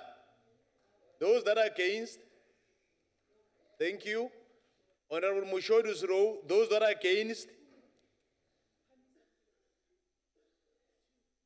Honorable Mtetwa, those that are against, you raise your hand. Honorable Suwela, those that are against, raise your hand. Honorable Mhlachuping, those that are against, you raise your hand.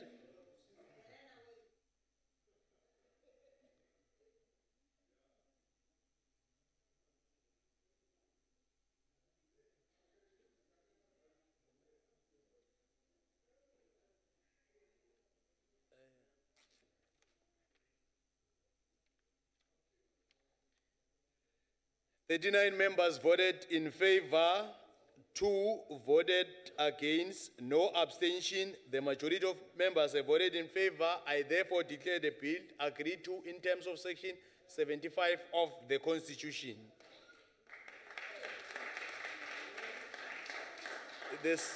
Thank you. The Secretary will read the 10th order of the day.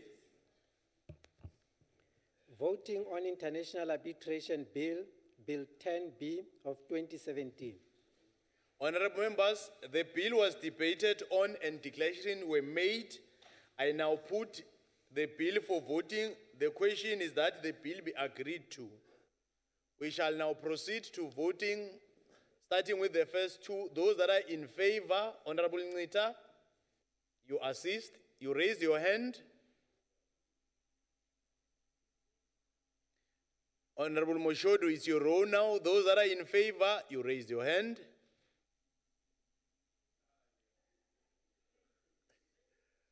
Thank you. Honorable Mtetwa's row, those that are in favor, you raise your hand.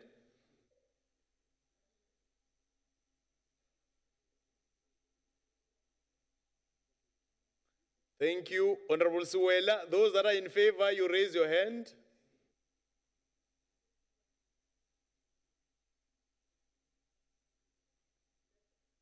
Thank you. Honorable Mhlachuping, those that are in favor, you raise your hand. Back to the first two. Those that are against, you raise your hand. Honorable Ncita, can you assist? Honorable Mushodu, those that are against, you raise your hands. Honorable Mtetwa's row, those that are against, you raise your hand. Honorable Suwela, those that are against, you raise your hands. Honorable Mhlachuping, those that are against.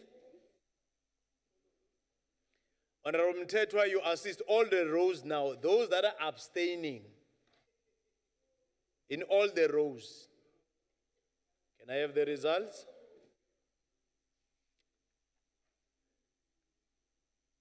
Thirty-nine members voted in favor, 2 members voted against, no abstention. The majority of members have voted in favor. I therefore declare the bill agreed to in terms of section 75 of the Constitution.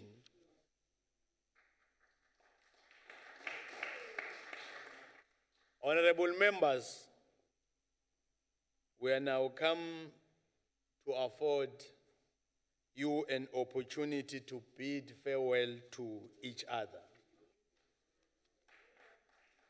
The first speaker is Honorable Mangete, Honorable Zwane.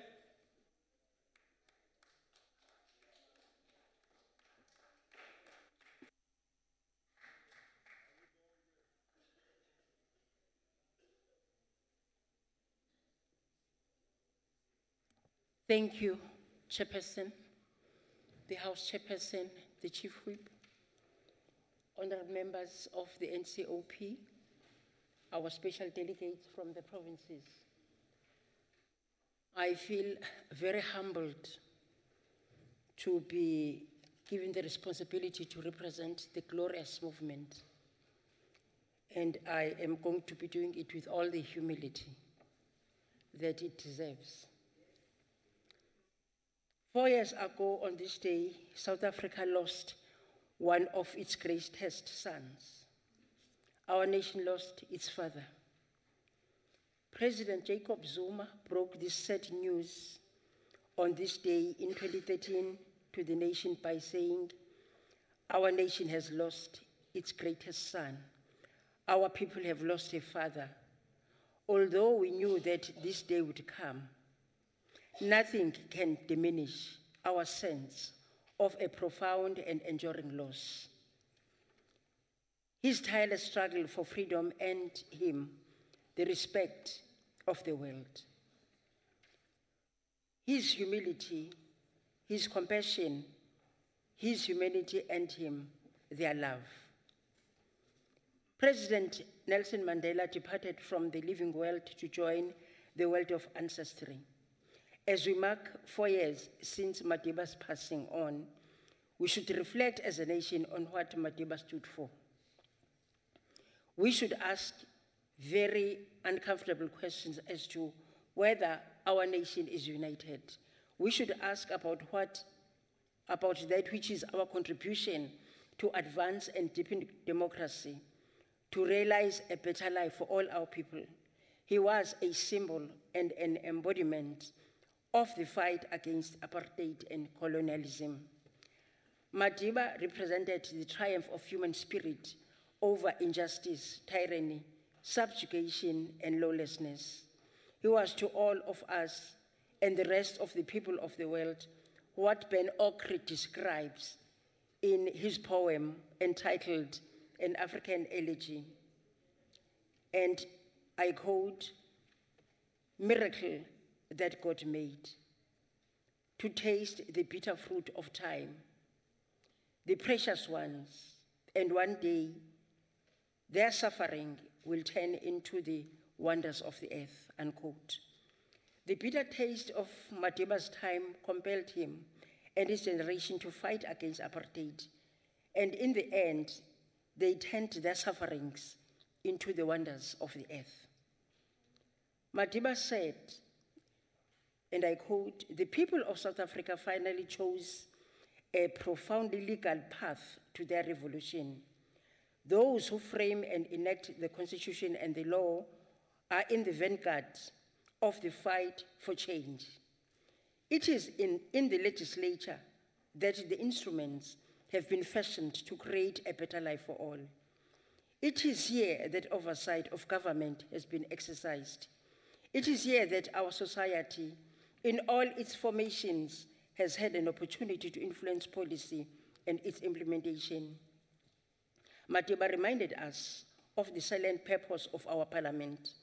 He reminded us that the positions we hold in this parliament are not of our own. Rather, they are borrowed to us by the electorate through their votes to enable us to pass legislations which will change their lives for better. Our country is experiencing an economic downturn which impacts on our investment confidence from investors. This situation affects our drive to create employment opportunities in order to fight poverty and inequality. As a nation, we need to move in unison to get our country out of this economic downturn, regardless of our political philosophies and ambitions for our political parties. The signs are beginning to show that tomorrow will be better than today. For his part, President O.R. Tambo defined the ANC and therefore its members, as well as its representatives, as representation of the hopes and aspirations of the majority of our country. The ANC represents the desire of our people for democracy. It carries the hope of our people for peace. It is the repository of the people's power for an end to racism, racial discrimination, and ethnicism, and antagonism. ANC as the embodiment of the people's prayer for equality and national reconciliation. As we know, we are here to execute the mandate of our people in the NCOP. Our mandate is to ensure that the provincial interests are taken into account in the national sphere of government, Through participation in the national legislative process and by providing a national forum for consideration of issues affecting the provinces. We also play a role in promoting cooperative government and intergovernmental relations. As we break from this hectic work of Parliament and find time to share our pleasurable moments with our families, we should take pride in the knowledge that we have spent the good part of the year in the service of our people. A lot of challenges are still hanging on our shoulders like a nightmare, but together we shall overcome. We should primarily go back to our constituencies to review and revive our mandates so that we can make the tomorrow of our people a better place than today. At this moment, we should take the opportunity to appreciate the contributions made by all political parties in this House to the many pieces of legislation that have been able to pass and the oversight work of the National Council of Provinces. To all political parties, I say, regardless of our differences, we are all citizens of one country called South Africa. We share a common heritage and destiny. To members of the African National Congress, as you know, you represent the hopes and aspirations of the majority of the people of our country, who have got nothing better but a belief that through the ANC, their lives will change for better. This belief is not a hollow belief. Rather, it is a belief informed by the reality that since the ANC took power in 1994, the lives of the majority of South Africans have changed for better. Aluta continua. The struggle for a better life still continues. As we approach the December conference of the African National Congress, we want to say that the ANC is going to win. Whoever wins, the ANC will have won. Thank you, Chairperson. Thank you. With those few words, the ANC wishes all the members of this House a Merry Christmas and a prosperous New Year. Thank you. Thank you. Thank you, Honorable Labuskaghni.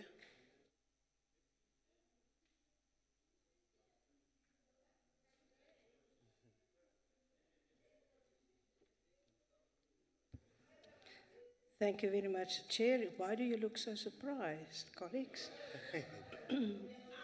No, order members, they are welcoming you. Agbare voorsitter, agbare lede en alle mense van Suid-Afrika. 2017 is 'n jaar wat in die politieke geskiedenis onthou sal word vir noemenswaardige gebeure in die buiteland sowel as in ons eie land. Honourable Chair, 2017 will be remembered for yet another cabinet reshuffle that resulted in a loud outcry of the citizens of our country against the president, a call for him to either serve the people or step down. 2017 will be remembered for the devastating effect and impact of state capture, the way it specifically affects the more than 45% of people living without jobs in our country. Wêreldwyd word politieke leierskap bevraagteken, gekritiseer en verander waar dit nie die burgers van die land dien nie. Bykans aan die einde van 2017 is dit dus gepas vir my om 'n vinnige terugblik te gee op die werking van die Nasionale Raad van Provinsies, spesifiek omdat ons verantwoordbaar is ten opsigte van ons politieke leierskap, omdat ons gekies is om hier te wees. Honourable Chair, an honest assessment of our progress will reveal the adoption of an NCOP practice note based on the Lamosa judgment to guide the process and procedures of legislation. Unfortunately, I cannot say that specifically in the last part of this year, the NCOP adhered to that guideline. Honourable Chair, I always say our priority is legislation and the responsibility to represent the issues of our people in all the provinces, specifically through public participation. Up until this year, the NCOP relied mainly on the public participation processes of the provinces.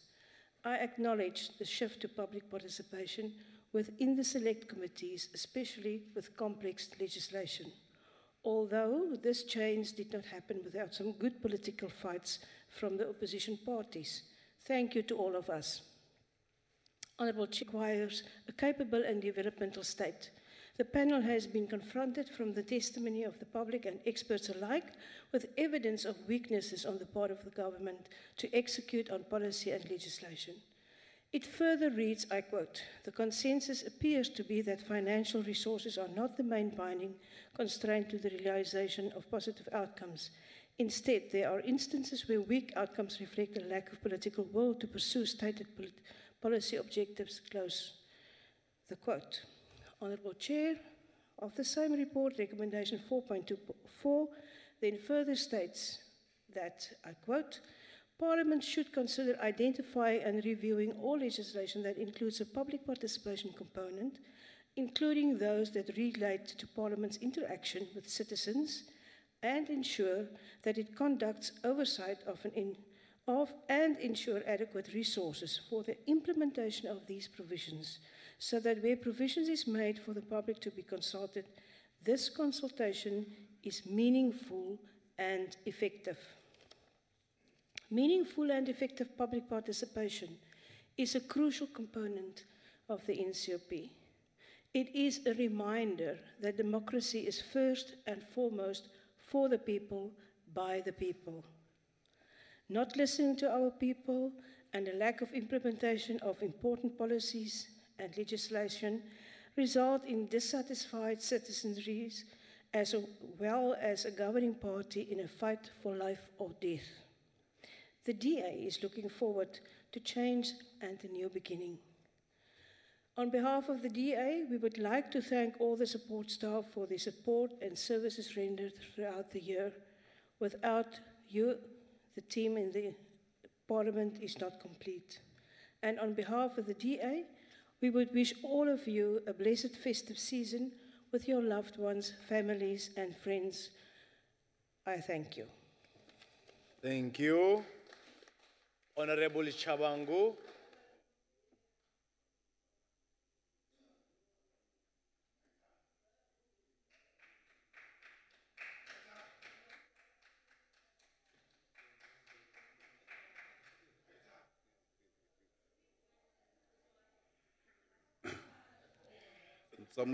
Mtsamaisi wa dipuisano, e re ke nke sebaka sena ke lebohe motsamaisi, ke lebohe Chief Whip, ke lebohe di-officiale, ke lebohe staff.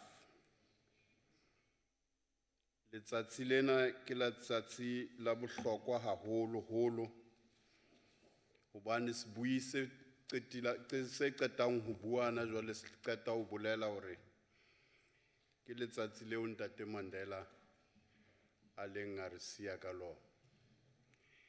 Empa ke nahana hore Ntate Mandela ma leng teng o robetse a na le leqeba la hore ba bang ba ithuisitse ka lefu la hae. Ho bohlokwa hakakang hore e re ha re bua ka motho ya lwanetseng tokelo tsa rona kaofela South Africa, ho bo ba le batho ba ithuisang ka yena.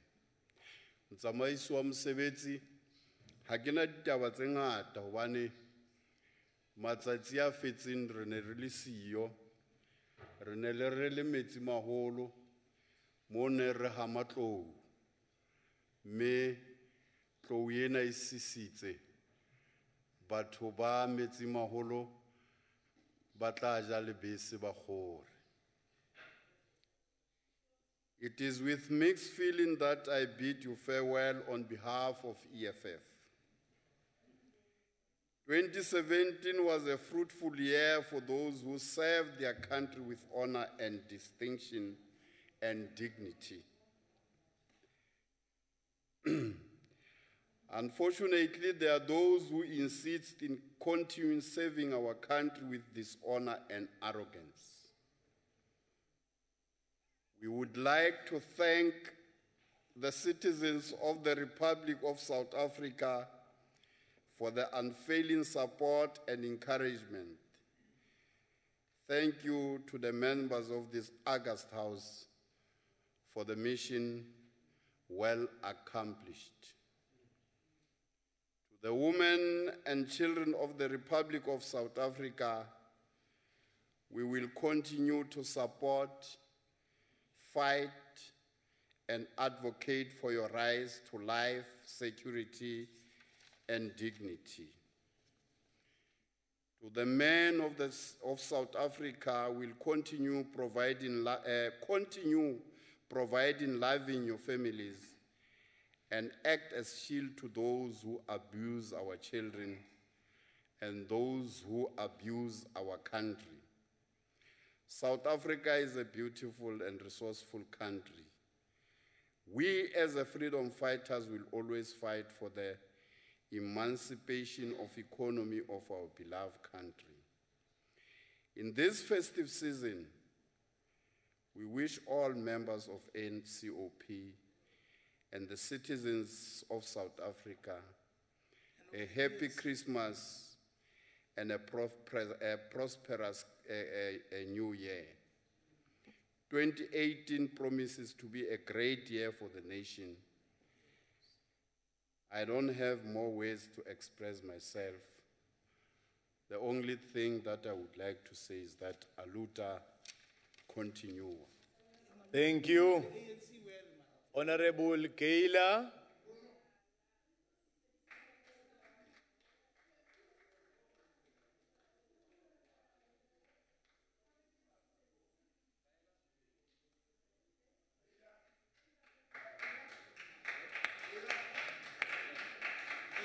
Democratic Movement.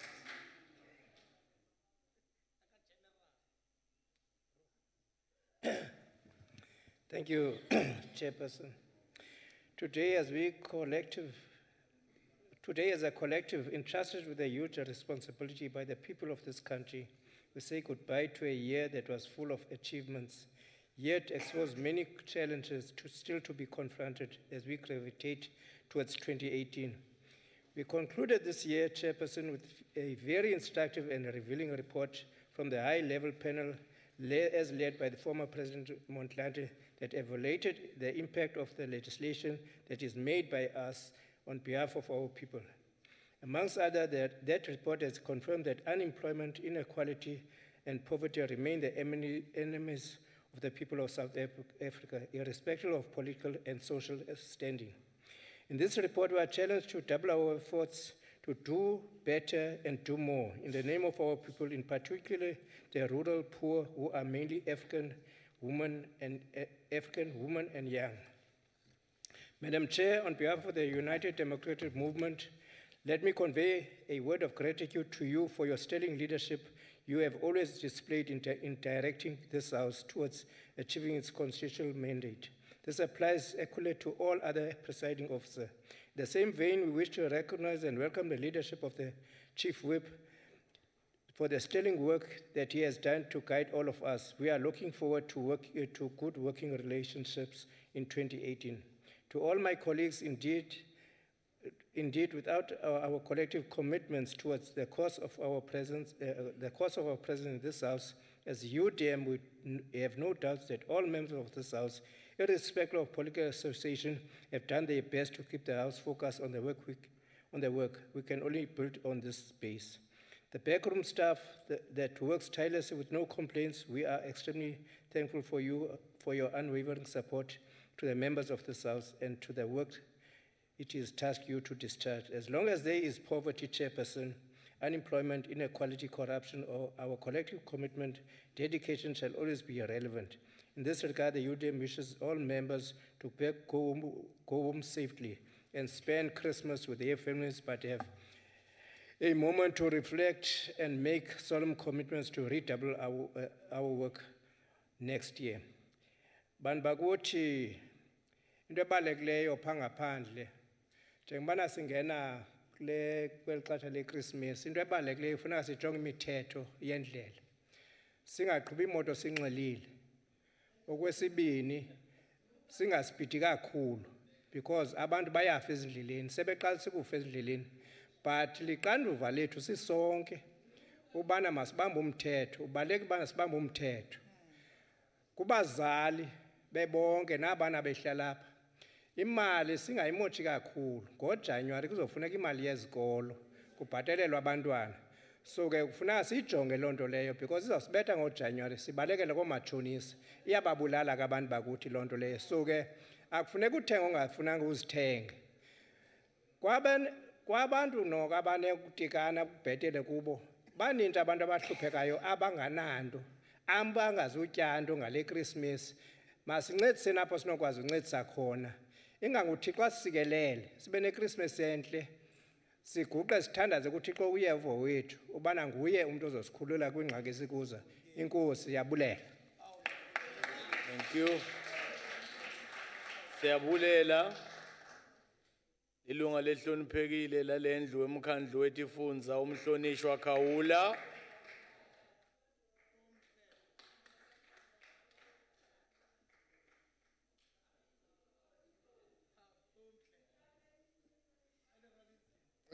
Thanks, Honorable Chairperson. On behalf of the IFP and on behalf of the man you can trust, the Prince of Kopindangene, Prince Mangosuthu Buthelezi, I take this opportunity to wish all the honorable members of the NCOP a joyous festive season and a prosperous new year. Starting with you, Honorable Chairperson Memodise, the IFP values the contribution that your house is making in the affairs of our country. The IFP values and honors your leadership of this house. The IFP says, under the circumstances, the NCOP could not have had a better choice for the chairperson. It is a pity that 2019 is around the corner and the operation to take over will affect you. Not unless you decide to make a quick U-turn, of course, so that the operation does not affect you. Thank you very much, Ma. We really appreciate your leadership. Honorable Chief Whip and the entire Whippery, in all of you, the IFP has forged real family ties. We want to thank the cordial working relationships we have with all of you, starting with the Chief Whip himself, the Honorable Mohai, and coming to the Honorable Pakis, the Program Whip. Thank you for adumbrating and front-loading. Adumbrating and front-loading the program. Honorable Lapaskashne, of the DA, Honorable Mokwele, thanks. Even with your noises, we thank you. It makes us wake up, you know. It's a very big contribution. Ma'am Mokwele, thank you. Besides jokes, Honorable Kayla, my friend, thank you very much, and all the provincial whips for their leadership. Also, the presiding officers, Honorable Chairperson, starting with the Deputy Chairperson, we wish him a speedy recovery and hopes that when we start the year, he will be with us throughout. Mayor Tikhale, and of course my big friend, the Honorable Nyambi. Thank you very much for your leadership. Angisuke ke ngiyendlu uNkulunkulu kaZulu sihlalo, ngiye kubhejana odlaba kayise. Uqasa lika senkomo ethandwa zibawo, usuke eduze komuntu wami uyakhulelwa. Ngithi nje egameni leqembu lenkatha nomntwana kwaphindangene sithi ngasitha ungangezwe lakhe amawundle silo ondlunkulu omkamuhle indlunkulu yonke sithi ume njalo nje uneno lude nina basendlunkulu na yonke ke indlunkulu enye ekhona eSouth Africa kwezinye izifundazwe ezinezindlunkulu ngoba thina kwaZulu sinendlunkulu manje nina ninezindlunkulu siyakhuleka ke sithi amakhosi ethu asiholayo sengathi ngaba nesikhathi esihle sokuphumula amakhosi asendlunkulu ngaphansi kwesilo siwafisela ukufanayo okuhle kodwa ngesikhathi amaholidi noncipjana omuhle nakuwo wonke amakhosi asendlunkulu njengoba bengishilo. Chairperson, if I can also come to government and say to His Excellency the President of South Africa, Msholozi nomuzi wakho wonke, we also wish you a joyous festive season and a prosperous new year. To His Excellency the Deputy President of the country and his family, we say to you, sir, siyavuma. On behalf of others, of course, To the government of South Africa, all the ministers and the deputy ministers, we say the same. And to all the premiers and their governments in the provinces, to all the mayors and councillors and their governments, we also wish them a joyous festive season and a prosperous new year. Advocate Pindela and staff of the NCOP, who are always here to assist us, and also to all the caucus staff in all the party offices, we thank you very much for your sterling work. Let us also celebrate the festive season in the spirit of Ubuntu, in the real IFP values of Ubuntu. Umuntu ngumuntu ngabantu. Mutu ke mutu kabatu. I am because of others. Let us be considerate to those who are destitute, and remember that Christmas is a time of sharing. And also let us be considerate on the roads and try to minimize the road carriages. I thank you, Chair. Thank you. Umhlonishwa Longsosiswepu walendlu umhlonishwa Mohayi.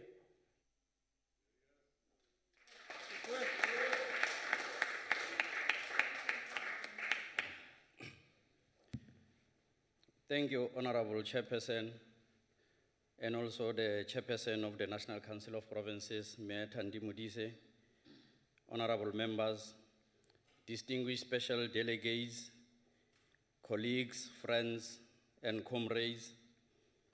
Honorable members, this last sitting of the National Council of Provinces takes place hardly 10 days towards the historic event that will redefine the political landscape of our country and the African continent, the 54th National Conference of the African National Congress. Accordingly, South Africans across political, racial, and religious spectrum will be casting their eyes firmly on this conference with great sense of hope that its decisions will be of the benefit of the people of South Africa for a better life for all. Chairperson, allow me therefore to join millions of patriots across the world to express my good wishes to more than 4,000 delegates that will assemble at Nasrec from the 16th to the 20th of December 2017. There is no doubt that whatever the decision this conference will take will have impact on more than 50 million South Africans. So this remains an important assembly for the people of South Africa. Chairperson, our last sittings toward the end of each year are always sources of exciting yet emotional moments in the life of members of this august house as individuals and collective. Exciting because it represents a moment of reconnection with our families after, of course, many months that we spent here of distant separation. Emotional because of the interruption of the personal bonds amongst ourselves. I mean, by now we know who meets where, at what time in this parliament. Honorable members, it is a fact that we are from different political parties, but that hasn't taken away the human touch of relating and treating each other as brothers, sisters, mothers, and fathers, and most importantly, as proudly South Africans, enjoined by a collective mission of a better life for all. The celebration of the legacy of Oliver Tambo has undoubtedly demonstrated our common claim of fatherhood in this giant of our struggle, one of the architects of the democracy we enjoy today. There is no country in recorded history of the world that has forged a common vision towards the future, despite the history of deep divisions like South Africa. Honorable members will surely agree that this is one of the magic that distinguish South Africa from many parts of the world that emerged from the history of polarization. Chairperson, allow me the opportunity to first express my profound sense of appreciation. I'm here referring to the Chairperson of the National Council of Provinces, to express my profound sense of appreciation of your leadership that has brought this house together, sometimes under difficult circumstances. Your frankness, predictability, and firmness of principle has inspired the confidence of not only the members of this august House, but many South Africans across political divide. Recently, people of Bloemfontein in Mangaung were very excited by the manner in which you facilitated the discussions to share their frustrations and concerns in the work of Parliament the National Council of Provinces represent. It will be a great omission for me not to acknowledge the pillar of the modicum of strength of your office, the other presiding officers for their distinguished resilience and dedication to keep the standards high. Honorable Nyambe and Medikhal. Well, of course, it is said that at times that people, as the human nature is demanding, is space to judge these other presiding officers, not in their own terms, but in theirs. For this, I extend my sincere appreciation to their leadership, without which success could be minimal. My great sense of gratitude is also extended to the leaders and members of the minority parties for their cooperation and support in making this House to fulfill its constitutional obligations. Although sometimes hard, and of course, shall I say, irritating to us, to the majority party at times, a sense of complacency could have long subdued us into permanent paralysis of thought and action. It will be a great omission on my part for not appreciating the support of members of my own party, the ANC, in my duty as Chief Whip of this House. Without you, dear comrades, at your different levels, I might have long faltered without possibility of recovery. For this, I really thank you for the support.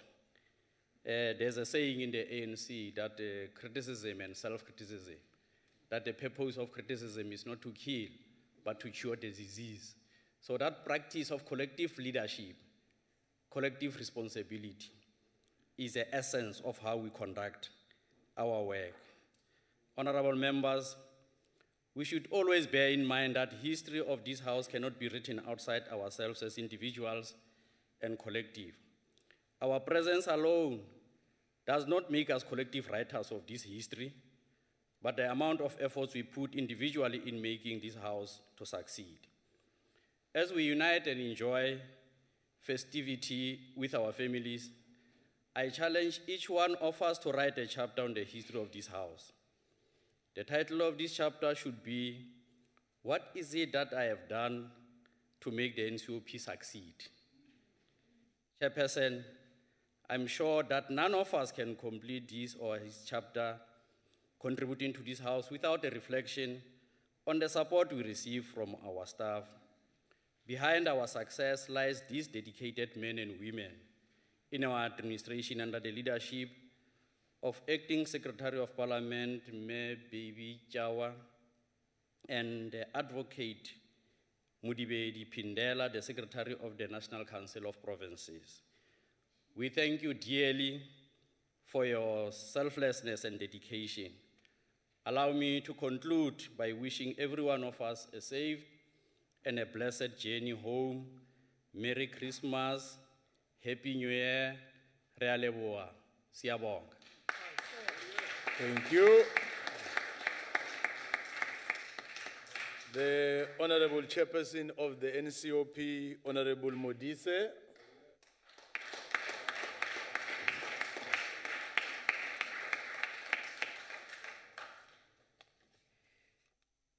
Ke a leboga,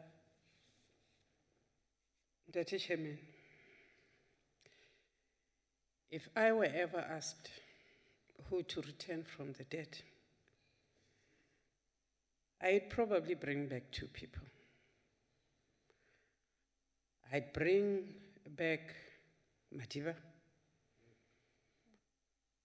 for his forthrightness, for his punctuality, for his love for his people, for never allowing you to get away with it. I would bring back Steve Chwete. I would bring him back because he was exactly what Madiba was. The only thing is that they use different languages. Where Madiba was nice and polished, Steve would tell you as it is. Where Madiba would tell you there is a little small white house in the corner, Steve Chwete would say, Nancy toilet. I would bring back these two men because one was humorous, one was fatherly. And I think that masingabalibali, singamlibali uyemyem vela bampensele. Singalibali unyana kahala kadlomo, kapomoyi katolo, unyana kamadiba. But to think about these two great men and to forget what they stood for is not doing honor to them. And indirectly, Ntate Khawula, they say in the Ababantu abaye emaculweni and Sundays, they go to church. They say, why do you speak and opt for the lesser grace when you can go for the real grace? And the real grace is to live and to die for your own convictions. That's what I am. If that decision comes, Brur, I will walk straight Mnamradia Mudisi because I will always be what I am. I will try and make honest mistakes because none of us is perfect. I will talk my mind because under the leadership, firstly of Tambo, lastly of Mandela, who I was proud to serve in all his NECs, he taught me to speak my mind, to stand up for what I believe. He taught me to fight for the people of South Africa. And for me, it is always the people first. So I would like to say that 2017 has been a mixed bag for us as the NCOP.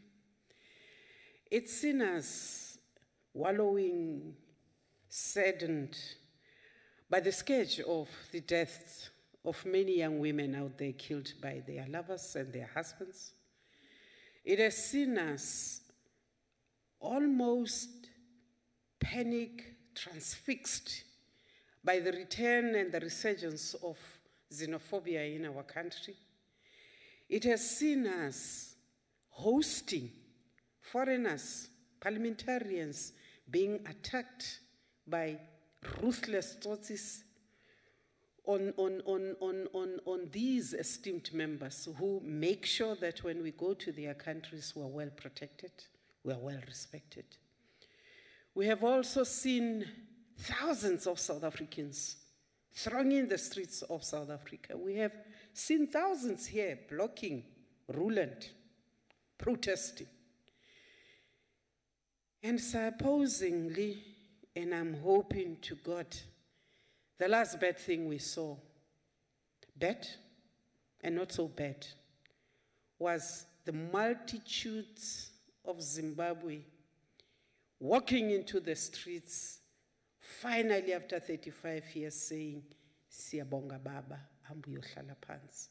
In a way that I am praying, people in South Africa can learn to disagree in. What the lesson we have just learned from Zimbabwe is that you can disagree without being crude. You can disagree without drawing blood. You can disagree without taking away somebody's dignity. You can still be constitutional and say the things you need to say. So members, I said it is a mixed bag because when I look back to 2014, the standard of debate this year was really impressive. Not where we should be, but then I'm an old guard. But somewhere where as public representatives we can stand and represent our people. This House has asked questions which have not been very pleasant. Irritated some of us, But there is a constituency out there that wanted those questions to be put in this House, and this House allowed those questions to be put. A mixed batch, because we want to come back to you early next year and say, can we go back to the rules so that we are at one? Can we then understand certain systems and processes of this House better so that we can better serve? We've been good because we have been able to do what we need to do, held successful report backs and taking Parliament to the people. We have been able to execute our programs, the oversight weeks, the provincial weeks. We have not been able to have the local government week, which we have finally agreed to with Salga to hold in the beginning of the coming year.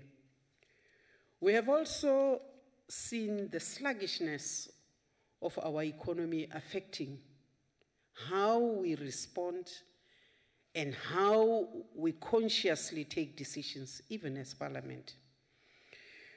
We think that what has been important for us was to remember that it is 20 years of both the NCOP and the Constitution.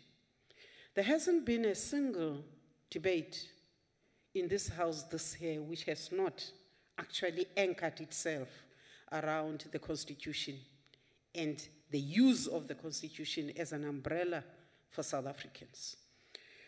Of course, it's again a bittersweet one because we thought as the NCOP we would have been out there in your face, in the streets, everywhere in South Africa, celebrating the existence of 20 years of the NCOP.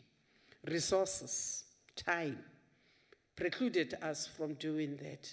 We thought members of the NCOP would be the advertisements of the NCOP in memorabilia, in literature about the NCOP. We did not manage to do those, but in our hearts, I know that the Constitution lives. In our hearts, I know that we are celebrating the existence of this House. In our hearts, I know that we are looking at how we can improve the workings of this House. I want to say that we have gained 4 new members, great debaters, thought-provokers. You're welcome, honorable members. We have lost 4 members to different houses, to the provinces and to the National Assembly. Well missed, but then, if you're a politician, you must move around. You must gather different experiences. You do not become experienced because you are sitting on one chair. You become experienced because you are exposed. You talk, you make mistakes, you fall, you stand. And therefore, I want to say, colleagues, it has been a year of learning. It has been a year of sometimes being provoked. It has been a hilarious year sometimes. I sit there sometimes and I can't hold myself. And I think that is what collegiality is all about. We are colleagues. We may wear different colors, but we represent one people, the people whose surname is South Africa. It does not matter what our cultures are. It does not matter what we believe in. We are South Africans. We should be very proud that we have had the opportunity to be united in this House.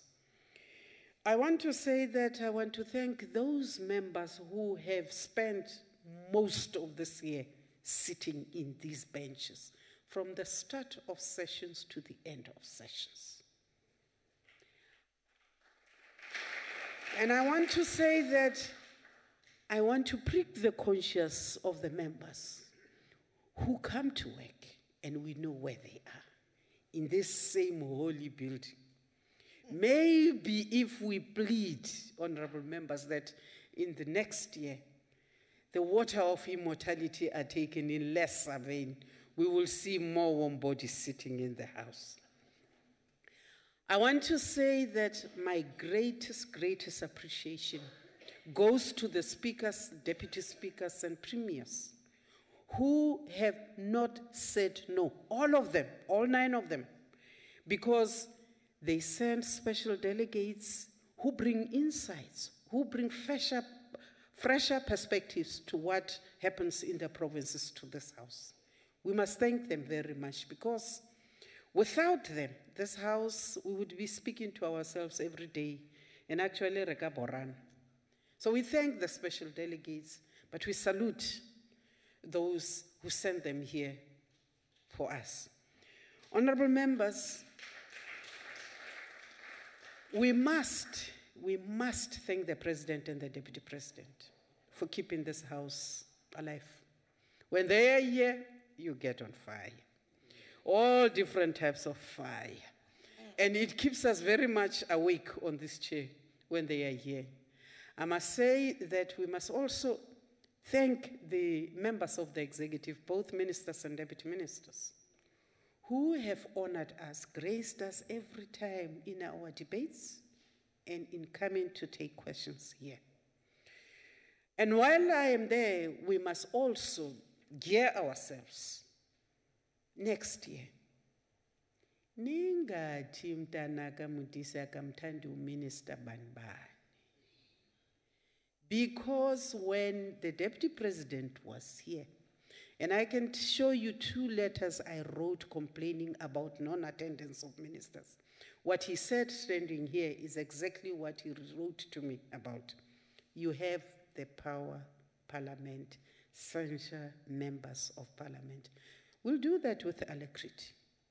On behalf of the people of this country who we represent in this house, we will do it. But I want to pass the buck to chairpersons of committees. There are things which really need your attention. Please summon the MECs, let them come and account. Please summon the mayors, let them come and account. They are not above this house. Nobody is. So if the president and deputy president can come and stand here and take questions, we do not understand why those who represent the people who we represent cannot be brought to book. I wanted to say that we've been really serious. It is time to go home. It is time to go and rebond with our loved ones. It is also time, maybe, to bond with those that we have lost throughout the year, to remember them with love and to honor them in the way we only know how in our different cultures. I would say that at my age, there are things I no longer do, which I know many of you still do. Please go do them in moderation. I would say that there's things that I still do, and that is giving my family attention, eating too much on Christmas. Please also do in moderation. Whatever it is, travel safely. Rest. Because next year seems to me will be the year that we will work most. Surprises of legislation will come our way. But whatever it is, honorable members, know that we have bonded in this house. We have become a family. We have hurt when one of us was hurting. We are very happy to see Honorable Ngwenya back in one piece. And I'm sure that next year we will welcome the Deputy Chairperson of this House also back in one piece. And lastly, but not least, you are right. We would not be able to accomplish anything without the dedicated support we get from the staff of Parliament. We thank them very much. I would also want to say that we have made some, not mkombotias now, but we would like to invite you to join us for our year-end sharing of the meal in the old assembly. Ke a lo leboga, lo tsamayeng sentle, le itlhokomele. Ke a leboga.